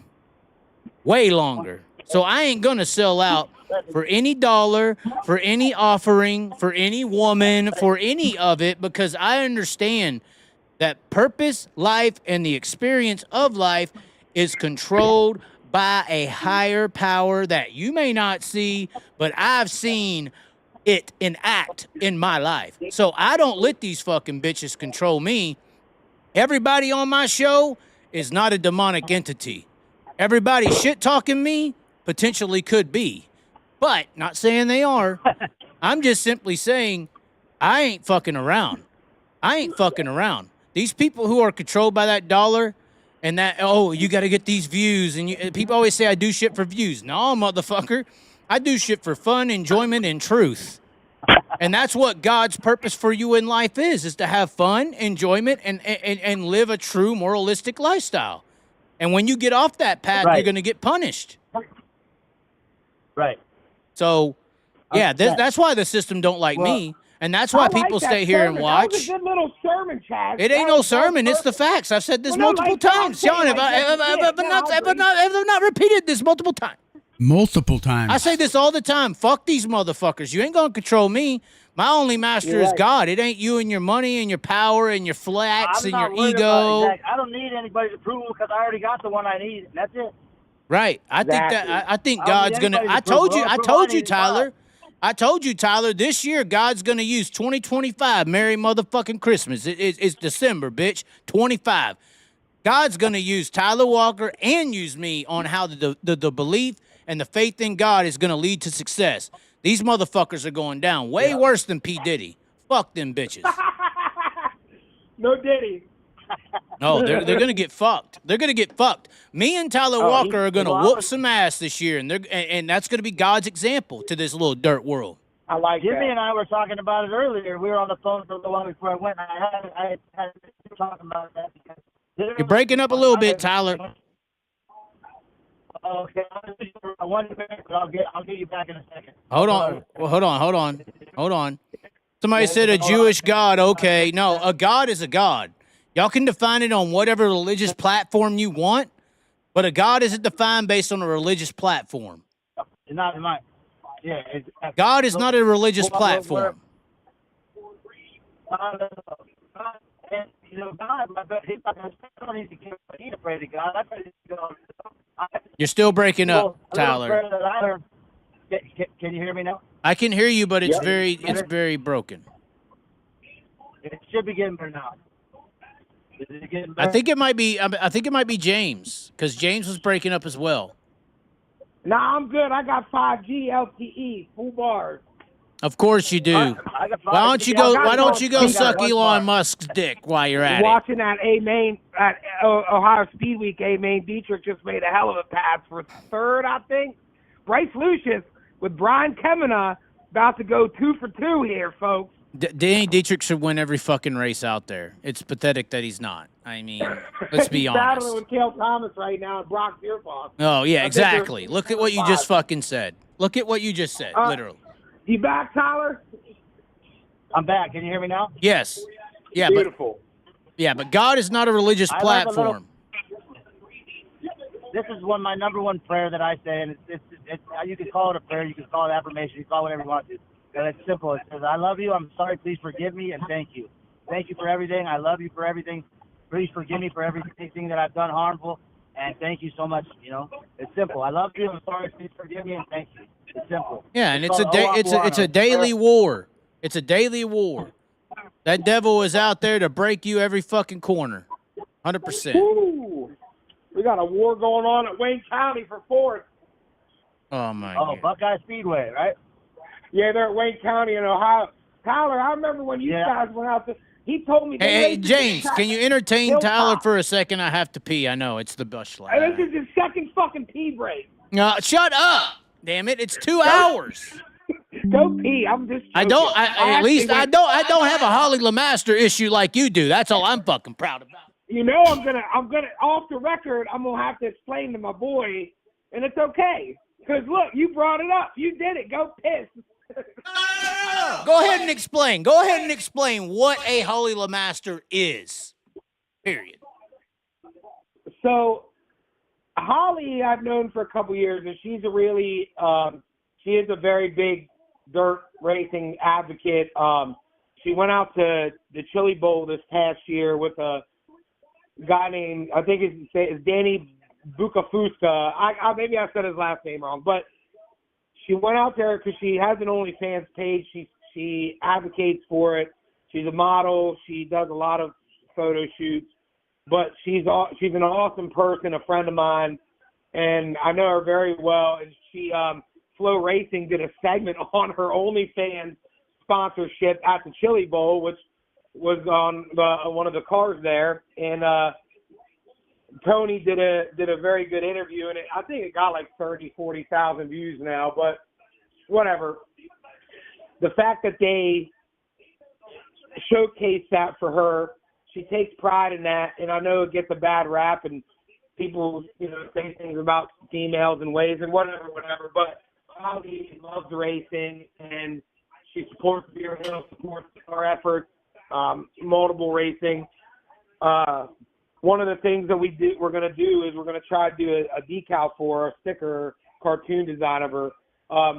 We do this thing called Rubbers for Racers, and we have businesses and we design decals and we sell them for $10 a piece, and we give away right rear sprint car tires. We're already up to 4 giveaways this year, and how it works is you kind of spin a wheel 1 through 25, and whatever it lands on, that feature finishing position gets the tire. And we design unique decals, individual for businesses. But Holly, we talked about doing like an OnlyFans one with her in a bikini. So, she's a big advocate for that, and she's cool, man. So basically, if you don't know the story of Lilith, Holly's awesome. She is. Holly's awesome. Yes. But do you have any response to that, Tyler? This explanation, or you don't know her? He probably hung up halfway through. He knew the threat that was happening. You still there, Ty? I would have hung up too. I would have hung. He knows. There's one drug a little more dangerous than that old, whatever he's messing with, and that's that woman. Well, I think that woman's the most deadliest drug of human history, sir. That's caused men to do a bunch of crazy shit. That's caused men to do a bunch of crazy shit. That woman. You should know that. Did everybody just hang up? I think that I started challenging the woman. It's all over. They all hung up. This is the real demonic entity. What? We got him back. Are you there, Tyler? Did you hang up? No, I didn't. I don't know what happened, but I'm getting on the freeway now, so I should have plenty of service. He was trying to explain to you this Holly LeMaster. I was simply trying to say right back. The woman is the true demonic entity. The biggest addiction that mankind has ever faced is the female literature. So, The women are very deadly, Tyler. No, the women are very influential. Chaz, when you left, he lost service, but basically I told her she's a huge advocate and supporter for racing. She went out to the Chili Bowl and used her OnlyFans platform to sponsor a Chili Bowl. It wasn't a Chili Bowl car. It was a Tulsa shootout ride. Tulsa shootout car, excuse me. Correct. Tulsa shootout, yes, you're right. But either way, Flow Racing did a huge segment on it, and it blew up. And she's proud of her OnlyFans platform. She's proud of what she does. And I can say as a friend, she's awesome. She's badass. And there's nothing wrong with that. Well, this is why. Hold on, we need to educate people. This is why in today's world. Yeah, Chaz, get your diabetic kidneys checked. In the patriarchal society. In the patriarchal society, I was an adult entertainer for 3 years. I was an adult entertainer for 3 years in Charlotte at Club 24. It was a men's strip club, a women's strip club, and a dance club in the middle. So, and my girlfriend and I at the time, I was working as a waiter. I couldn't survive off what I was making as a waiter, so I started dancing, and she danced, and we danced, and we stayed together the whole time. And so I'm not against. I'm all for surviving and making something for yourself, however you got to do it, because I know what it's like to have nothing, and I know what it's like to need money to support yourself. And if she can do that, then there's nothing. I mean, all power to her, because she's obviously blessed with some type of ability to make money doing it. So why not do it? I'm simply saying I'm simply saying stay away from the ability, because the ability can be very manipulative in an influential way. Well, luckily I've been around so many that are probably just as manipulative, if not probably more, around it recently, in the past years. So like right now, I don't believe that anybody can manipulate. I'm not saying that I should. You got the power, but I believe power of God and discernment. Discernment is the key to discern what's right, wrong, better, worse, good, bad for you. So, and when you got that, then you don't really have to worry about it, because no one's going to be able to take that from you unless you allow them to, and then that's on you. Well, you're a very insightful individual, Tyler. You've been through a lot of walks of life. Don't you kind of halfway agree that the way this is going to sound so bad, and you've done this to me, James. You brought this topic up. The way that women are able to monetize immoral actions is due to weak men who don't understand what you just explained. Hey, right. No, continue, Tyler. Respond, please. I don't subscribe to OnlyFans, and I'm a friend. I'm just saying. I'm just saying. I'm just saying. You are pillaging on weak men. They are weak for P. Well, yeah, but a lot of men are weak. A lot of men are weak for P, unfortunately. But women are just as weak as well in certain ways. For the D, the D and the P is a powerful thing. The D is not a powerful thing. No, you are completely wrong, you Greek fucktard. See, this is what's going to happen. I'm going to cause so many problems tonight. Here's the difference. The difference is in our system. In our system, the value is money for men. The value of women is looks. This is called patriarchy. I don't know if you've heard this term. That's how it works. So hold on. Read the superficial. Chaz, read Rodney Jones. But that's the superficial. The superficial mindset is where most people live. So if you want to make differences, go ahead. Jonesy just I met a lot of 10s that are 1s, and I met a lot of 1s that become 5s. You didn't say 10 though. You said 5. Tyler, okay, 7 or 8, 10. No, it depends on I've just met a lot of. I try to focus on I believe all women are beautiful. They all are beautiful to me. They're creative, amazing. They attractive, and they're beautiful creatures. And they have some are beautiful in other ways than others. Some are true. But they're all women. All women have something. It might be their eyes. It might be their heart. It might be their all hair, I'm saying, look, I'm not saying Holly LeMaster is doing anything that first of all, Jim Chionius, I like thicker girls with bigger titties. She's not my type at all. Oh, I like women that look like women, not 13-year-old English boys with a tit job. Regardless, I'm simply trying to say I cannot endorse manipulation. And those who are making money in that industry are manipulating men, whether they're lacking pussy or not, due to something they are lacking.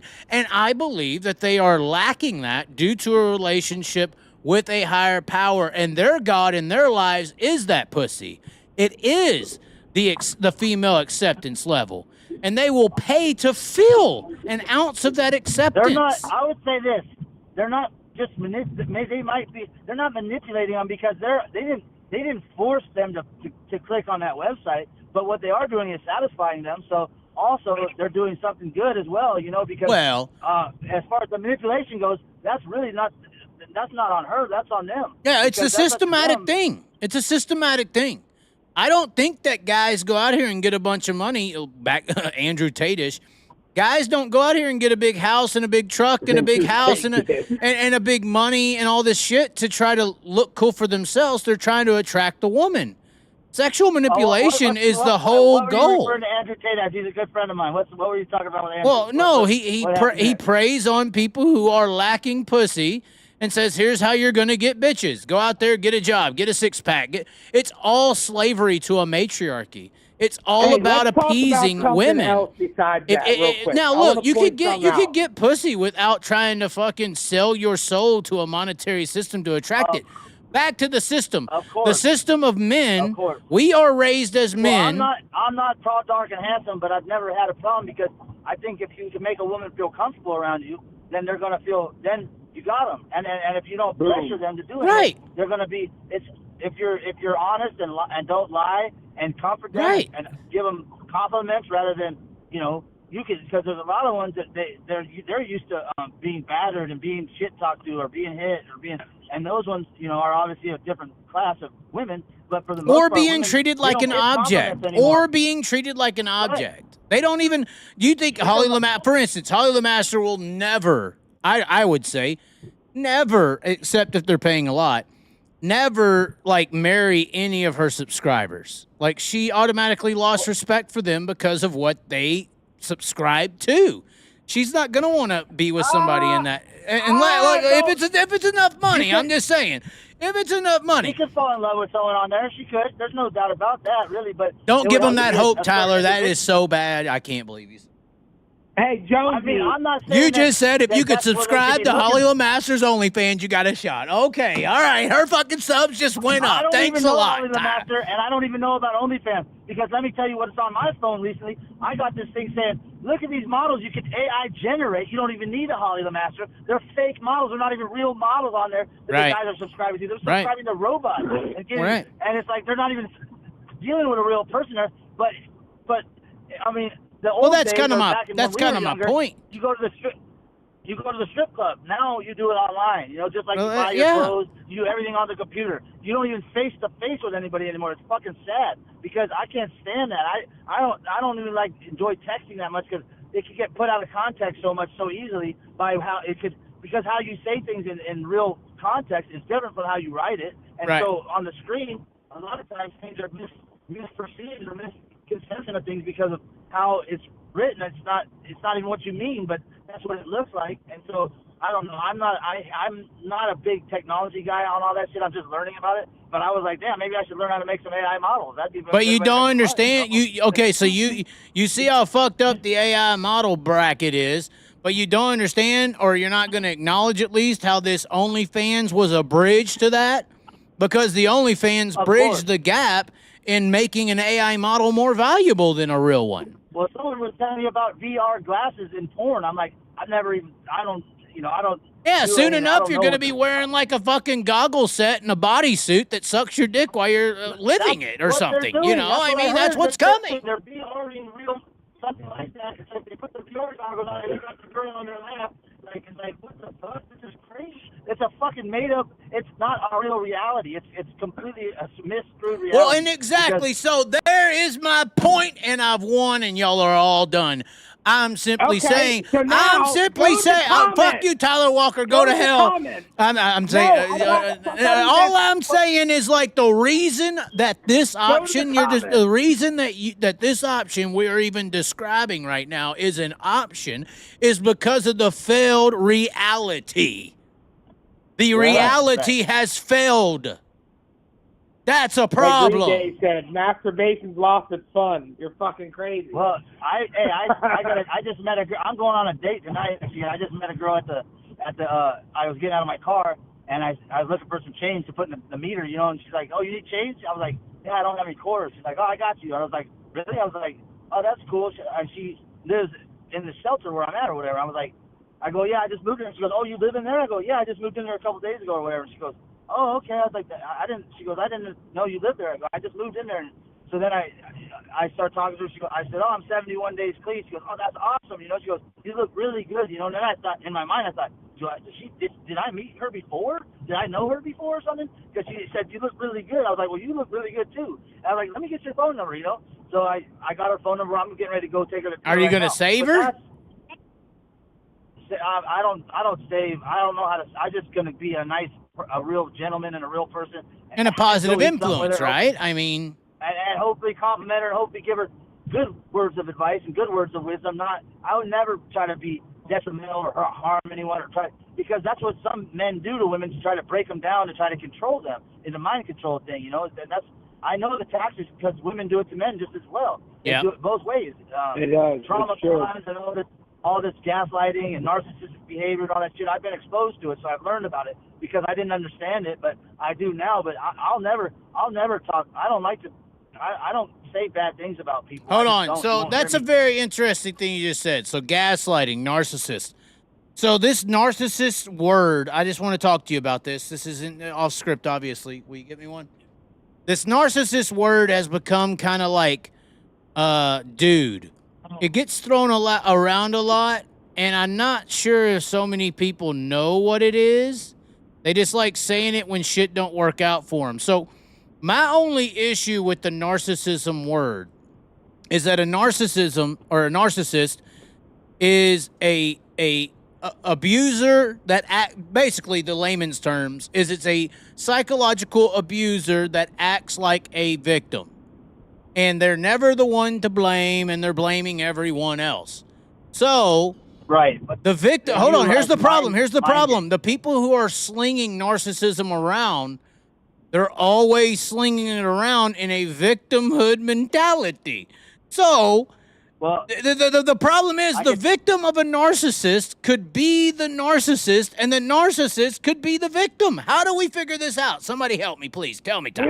Well, I'm never going to try to figure that part out, but I do know. You know what I'm saying, though? You know what I'm saying? Hold on. You know what I mean by this, right? It's like, who is the narcissist? 100%. My brother told me that, he goes, your sister's a narcissist. And I was like, what? I was like, I've never thought of my sister as a narcissist ever, but I damn sure have thought of my brother as a narcissist. So I thought it was kind of funny that he was trying to say that my sister was a narcissist. I was like, I've never seen her as a narcissist. That's never crossed my mind. But I have seen it with my brother being a narcissist. So you're definitely right about the narcissist could be saying, oh, that's a narcissist, and they could be the narcissist, but it could go both ways either way. But I don't know. I'm not a psychiatrist or psychologist, but I know that I've dealt with a narcissist who was constantly gaslighting me, trying to change my reality, say things I said I didn't say, because there's words that you use and words that you don't use. And when someone tells you, oh, you said this, and I'm like, I don't even fucking use that word. What the fuck are you talking about? I think it comes down to how you actually treat people. Like how you treat people. Like, I'm reading these chats. Like, oh, yeah, I know. They're calling me the narcissist in the chat right now. No, not that. Look, so two things, because I want Tyler. So Jonesy said something about if you need a helmet, Rodney Jonesy, Tyler knows it. I don't think you're not on the video, right, Tyler? You're just through the phone. Are you seeing the chat? Yeah, I can't see the video. Okay, so Jonesy said something along the lines of, if you need a helmet, get a hold of me, something. And then this Bent Rim podcast reached out and said, if you need anything, get a hold of me. So many wonderful comments. But some Brian Dryan keeps saying douche. Fuck you, douche. Well, they're calling me a narcissist, James. We're trying to have an intellectual conversation. No, and they the conversation is going away from racing in a good way. Yeah, well, yeah, in a good way, correct. No, but it's good for y'all souls to talk about this stuff. Yeah, because that's how you keep guns out of people's mouths, James. Right, I don't give a fuck about racing if there's potentiality to save people from things outside of racing. Sorry, the racing world has an issue with this. But people are wanting you to go back to racing. Yeah, because the people who want to go back to racing are the ones who don't face themselves in the mirror in the morning. They just go to work and ignore all their fucking problems. Anyway. Exactly. And those people saying this dumb comments. Racing is their excuse. Hey, look, man, I'm a fan of racing, and these guys are having a good conversation. Y'all can say what you want. At the end of the day, Tyler Walker is coming back to Central PA in a 410, and people are wanting to help out. Let's keep it at that. That's amazing. Those squares in our circle. Well, and I don't think you're going to have an issue with that. Well, I'm only able to do that because of God. That's all that I want to say. Yeah, exactly. I wouldn't be able to do it. And and your will to want to live life. And his story. You're wrong, James. That's his story. I use the Creator. Through God, I'll accept that. Creator gave me the strength. Creator gave me the remove the obsession from my mind that I had that literally I couldn't do by myself because I tried for years. I tried for years trying to do it myself. I couldn't do it.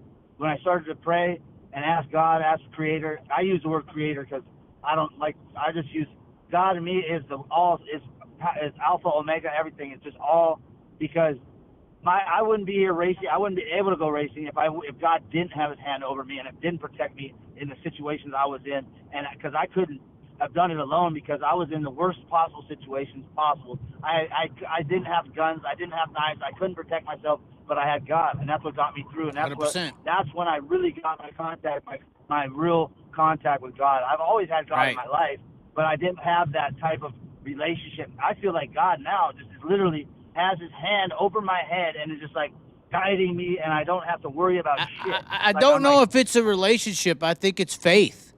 You didn't have the faith and belief in it being a real thing. That's where I got my faith. It got tested when I didn't have anything to fight or anything to, and I had to just give my life to God to have that type of peace in mind and be able to get, because I had to surrender, and not because I'm weak, surrender because I needed help, and that's where I got it from. There ain't too many people in this comment section who have woke up and don't know how they're gonna eat. You got. They don't. There's not too many people in this comment section who have woke up and don't know how they're gonna eat. Skid Row. There's 6 people a day die there. It's about a 10-block radius, and 6 people every day die there. It's the busiest fire department in the world. They get a call every 95 seconds or something. It's literally just there's dead people all over the place. I lost 40-something friends in less than a couple of years, all gone. They're all dead, but I couldn't. Through all that, I couldn't remove myself. I couldn't get out of it. I didn't know how. I tried and I tried and I tried and I tried and I tried on my own will.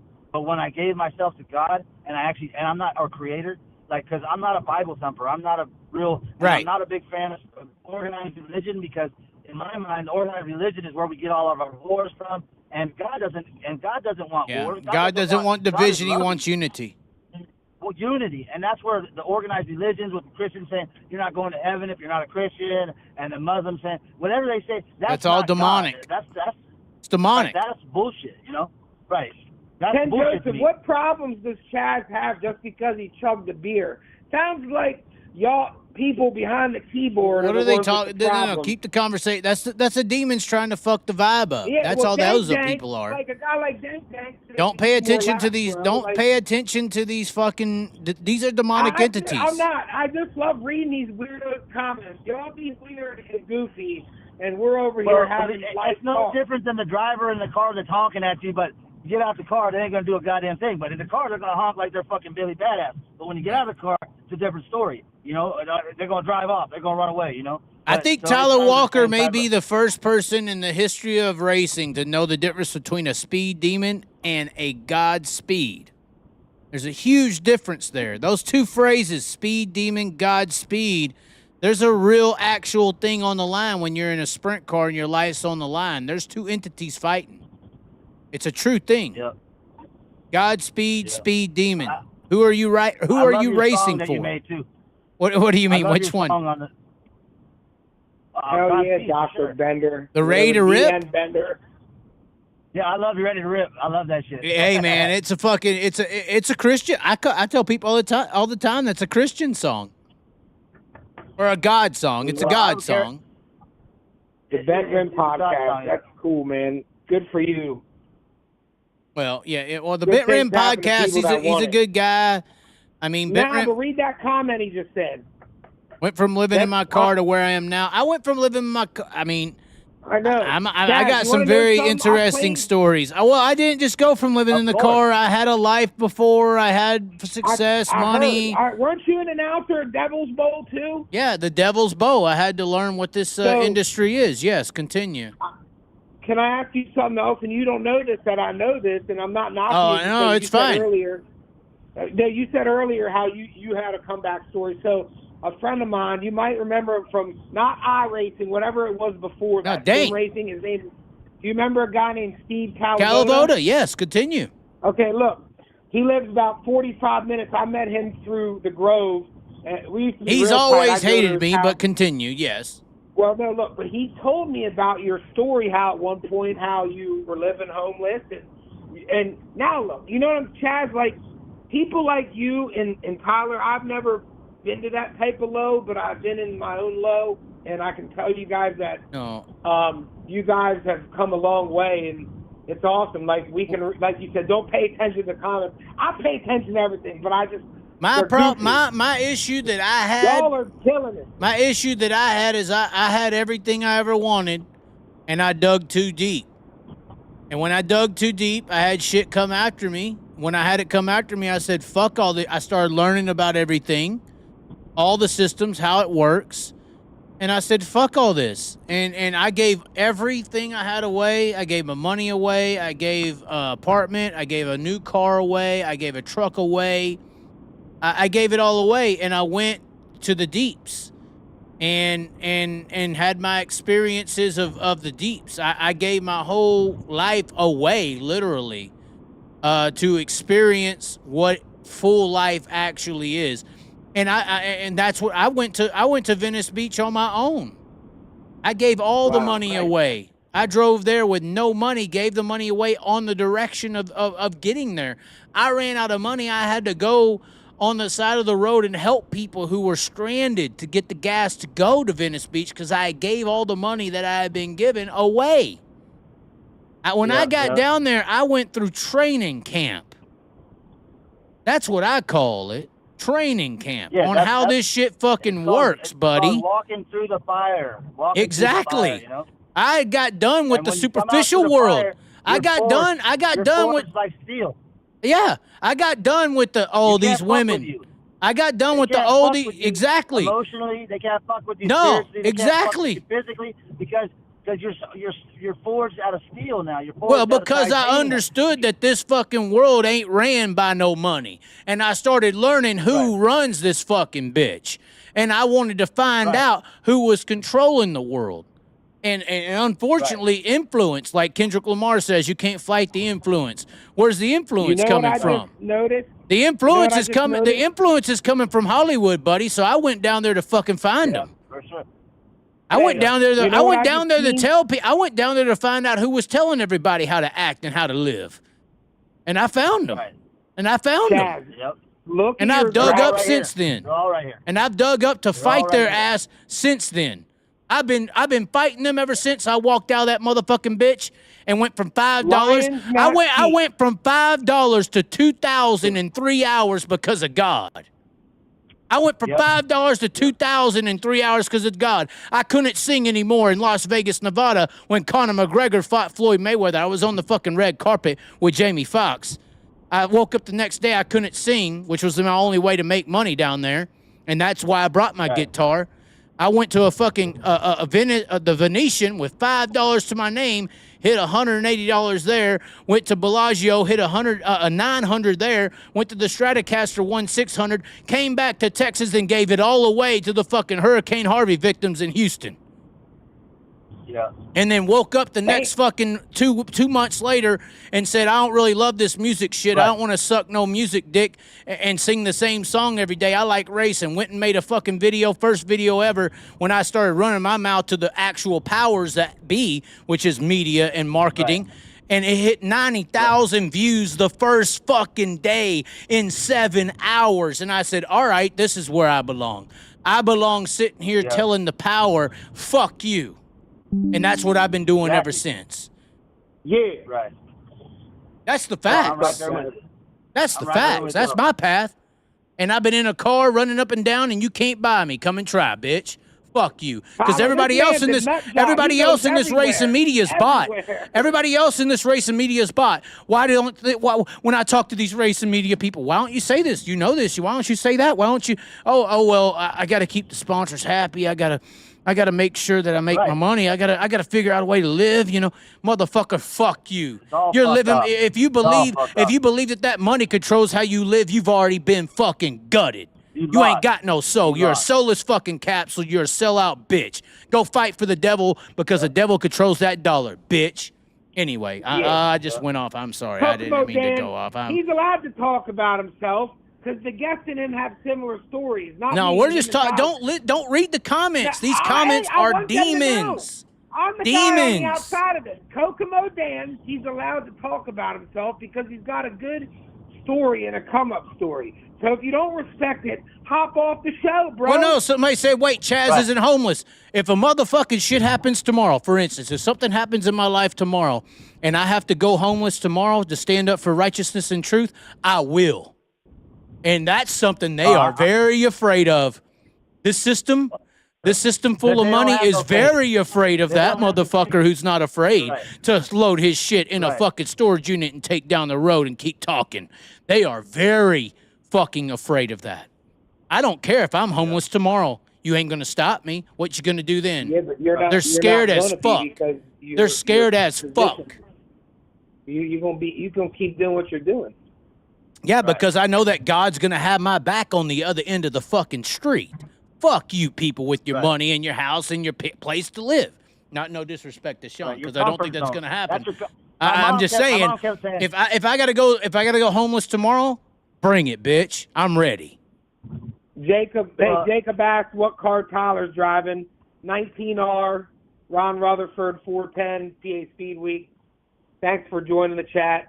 All you, Cody Ernst, reading his comment. I wanted to hear what Tyler had to say to all that. Don't be fucking it up with your typical Beerhill gang TV. You see, you're nurtured over there. You're nurtured to respond. I want to hear what Tyler had to say to what I just had to say. I want to hear what Tyler had to say. What I just had to say. Tyler, please respond to what I just said.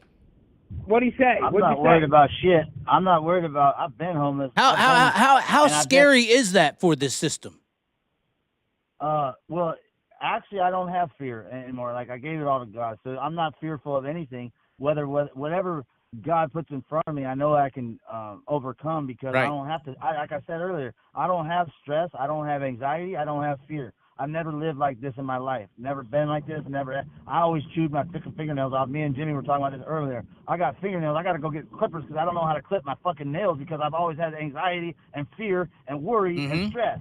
I don't have that shit anymore, because I'm not worried about where I'm going to end up, because I know I'm in God's hands. Wherever I end up, I'm going to be in divine alignment with where I'm supposed to be, because I'm allowing God to work through me, not control and try to work God. Right. So when you know, I've always been curious, because I know so many people with houses, money, material the success best in the world, that are so fucking miserable. Yep. And I'm like, I don't understand it, but I do, because now when you do acquire things. Right, I do now, and you know, like I've always told everyone, if I want to go to a party, I don't want to go to a fucking mansion party with a bunch of rich people. I guess it's gonna be the most fucking fake, boring party I've ever been to in my life. I want to go to the fucking hood and party with some fucking broke ass people, because I'm not saying this because they're fucking partying, because they're living life in the moment. They're not worried about tomorrow, because they don't have, like, it's just like it's like, I'm just saying they're enjoying the moment. When you're around a lot of money and a lot of things, you're not even able to enjoy the moment, because all you're focused on is making that dollar tomorrow. So you can't even enjoy the moment you're in right now. Like that girl you're going on a date with. She's living in a shelter too. But you're in the position where you see, when people hear that, like, I'm just, these fucking bums in the comments, for instance, and I call them, they're spiritual bums. Y'all are spiritual bums. No. No. I know Jim James, they're spiritual bums.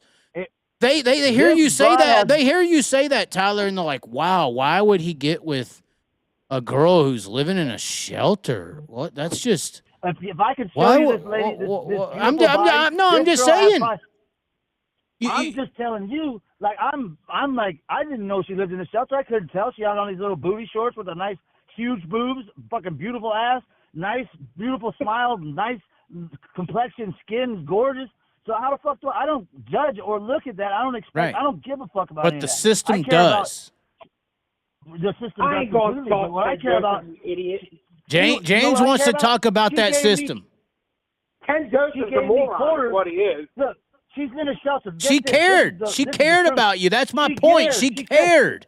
She gave me quarters for my fucking parking meter and lives exactly. in a shelter, don't have no fucking awesome. Money.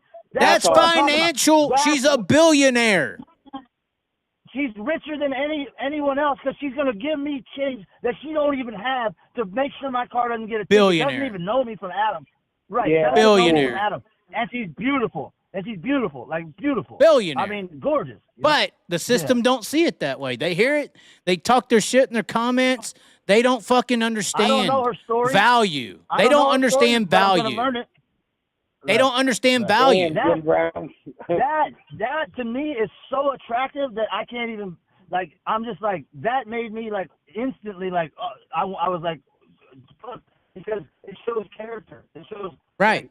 she's willing to give me change when that's all she's got. It's fucking $1.50 in quarters, and she's gonna give me 50 cents to put in my meter. Like, that's a fucking real person right there. Right. That person has 100%. a soul and has you know, has Spiritual has wealth. the same fucking Spiritual opportunity wealth. that everybody else has, you know.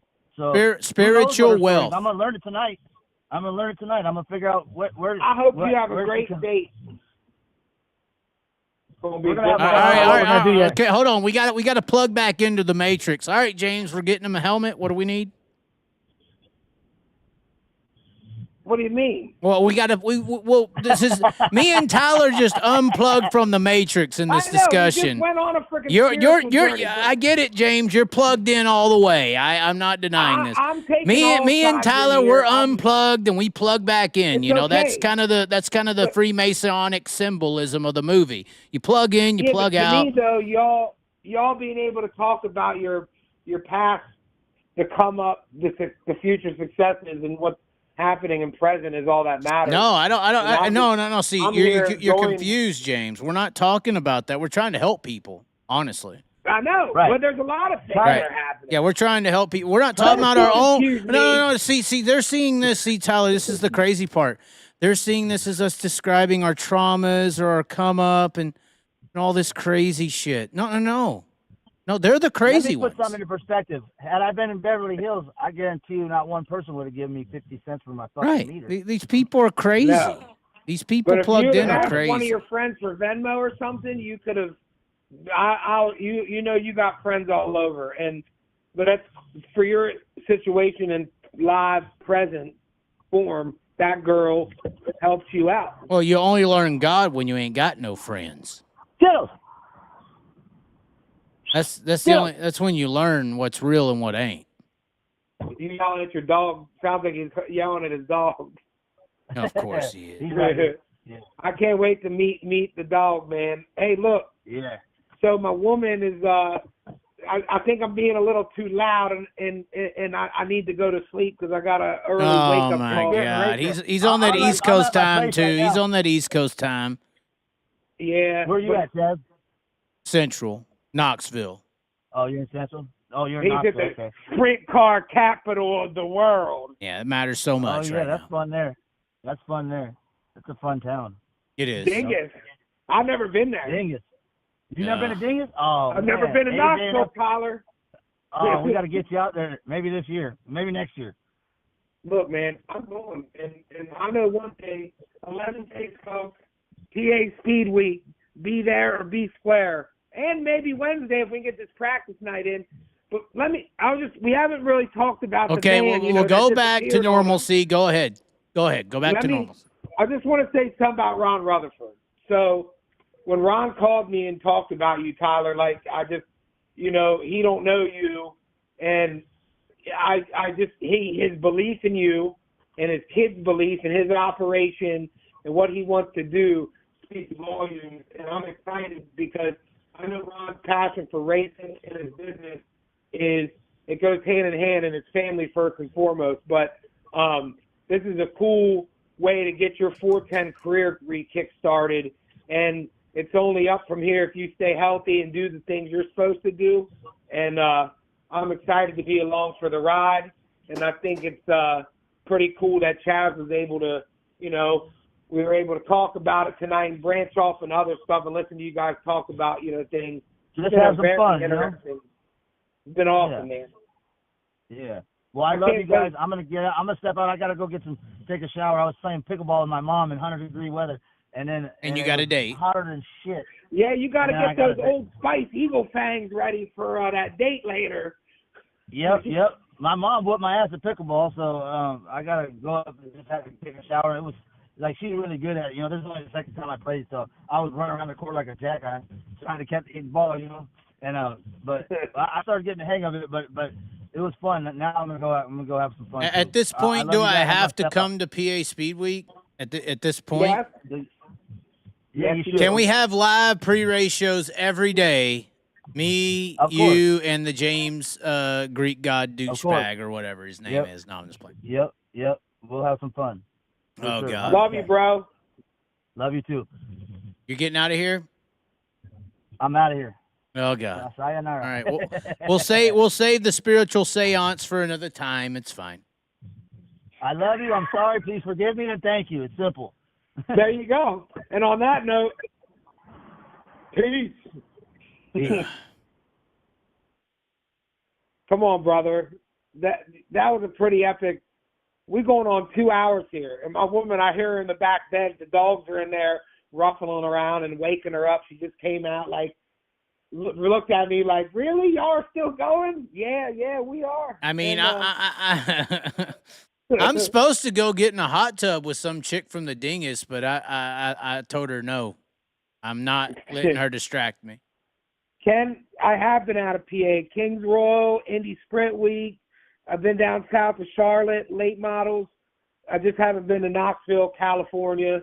A lot of tracks I want to experience in my still got a lot of life left. I'm thinking we're looking at the Chaz Beerhill TV collaboration potentially for the rest of the year. Potentially for the rest of the year. I know I can get you in some very exclusive areas at Eldora and Knoxville. And what other show would you want to tune into? If it's me, you, Tyler Walker, a couple other scenarios.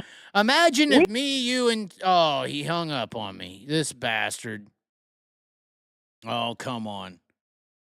He's already hung up on me. Why, guys? What did I do? Oh, God, that's loud. Oh, God. Wow. That's crazy. Yeah.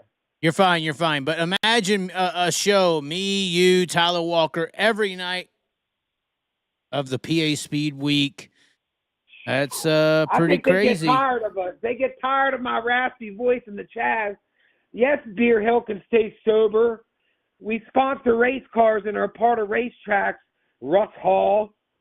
You know, I'm being sarcastic with my tone, but I'm not, because the misconception is, Chaz, that we're all a bunch of drunks.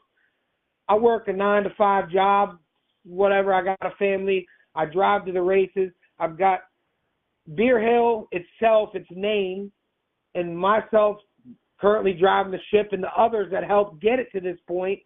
I have a very great relationship with tracks, owners, drivers, fans, friends, and I do take it personal when people say, can we stay sober? Sure, we like to drink and have fun, but we're not drunken idiots, and it's okay. But the problem is, here's the deal. We maybe are drunken idiots. But no, here's the deal. You want to be sober and normal from 9 to 5. But come fucking Saturday night at Williams Grove and turn fucking 3, we're getting the fucking shit turned up. You know, that don't mean we're waking up Sunday and drinking beer and fucking drinking every night. That means we're getting, or if you come on the show on a Monday, you might get a little fucked up. I'm just saying. Well, Chaz, I have like an hour drive. Like, I live just, okay, now don't take this the wrong way, Pennsylvania. I live in Maryland. I moved here a couple years ago, so I'm like right off of 15. I'm like an hour from the Grove, 50 minutes to Lincoln, 45 minutes to Hagerstown. So I don't drink and drive. Like, when I stay at the track, I'll enjoy my beers, but I'm still in control of myself and I have fun. But more importantly, that's all I'm saying is at the racetrack, you have fun. Y'all have fun. Yeah, and we there's a reason why Beerhill is respected within the local racetrack. And it's not because of me. It's because of where it came from and the people that make it up. We rely on merchandise sales. We rely on donations. And we do a really good job with that. The fans are amazing, dude. Like, they are. You know this. You've got sponsors. You do it with help, but you do it because you want to and how you do it. And that's how I'm doing it right now at the Beerhill gang. And we're doing a damn good job at it. And I got a lot of good help. And my vice president, Matt Trace, I wish he could have hopped on tonight, but it's all right. We all have one thing in common, and we love racing. And Chaz, I appreciate you letting me come on tonight and break this news. And have a hell of a show. I mean, I this know is we one of got the off the coolest shows rails, I ever but did. the Chaz goes off the rails. It wouldn't have been anything else if we don't, you know. So. Look, I went on Wing Nation back in the day with Dave Argabright and Paul McMahon back in 2011, 12-ish, and I got to speak about Beerhill then. You don't know my story about the week I spent with Brian Clausen when he put the Beerhill gang symbol on the wingless car, messaged me on Twitter.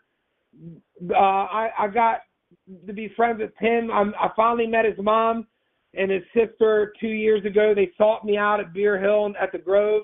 I have an open invitation to go out there, but like I love racing. And when Brian Clausen came to where Tyler was talking about that pizza shop, Brian Clausen reached out, and I fed him the whole week. I got him Beerhill shirts. I went to Lernerville, was on USAC Eastern, so it was like the second year. This was like 2011. And that's one of my greatest memories ever, him reaching out saying he wanted to put a Beerhill sticker on the car, and he ended up moving it on. Yeah, dude, so I've been through a lot of cool experiences, and one of those was Tyler. You just want to carry it on. I do, and it's personal to me, Chaz, because I have a lot of moments in the Brian Clausen story and his mom and his dad. When I lost my dad when I moved down here, Tim reached out to me, and I can honestly I don't even have the words to describe it, but this dirt racing community is one of the most epic families, and I love so many people I've met through it. And again, Chaz, thank you for letting me come on and talk about stuff. But we broke, with Tyler, and you got to see how Tyler is as a person. Yeah. I'm excited for him, man. I truly am. Okay. Well, we'll let you go. I know I got to get to sleep. So does Sean. Thanks for calling. Hey, I'll be seeing you next week. Oh, God. Come on. Okay. Well, you may have to let Holly LeMaster come to the tent. All right. We may have to. We can. Oh, we can God. do that. Are we filming and making money? I want to cut. I want to cut of the OnlyFans. I want to cut of the OnlyFans. No. You talk to her about that and get her on the show. I hope she understands this is a huge promo for her. But no, I'm just kidding. Oh, it is. There's a lot of upside to coming on your show, and it's okay. You keep doing what you're doing. And that's we'll all that see you fucking next week. Oh, God. Hey, Okay. Greek fucktard signing off. Love you, buddy. Oh, Thank no. you. Oh, God. That was it, ladies and gentlemen. Oh, my. The biggest news of PA. What do you think, Sean? Any reaction? That's big. That's huge. That's not as huge as the things that go in Holly LeMaster, but they're huge. I'm just saying. No, I'm just playing. Anyways, ladies and gentlemen, thanks for tuning in. Like the video. As always, be sure to subscribe. And hopefully if you wake up tomorrow, see you next time. Bye.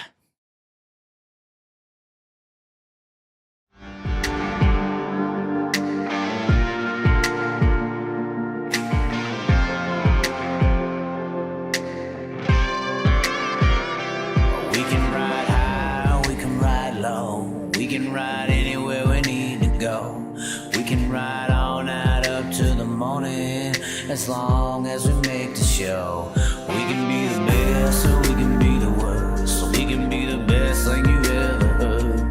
With the motor singing and the grandstands ringing, it's hard to put it all in words. But this is how we ride, this is how we do. Riding mud, sliding up higher in the groove. Don't give a damn about the cash we're spending. With the time we got, we choose to play it on the go, to stay out on the run. We all high, riding and some. Ain't telling you what's right or wrong or what to choose. Hey, but this is how we do. This is how we do.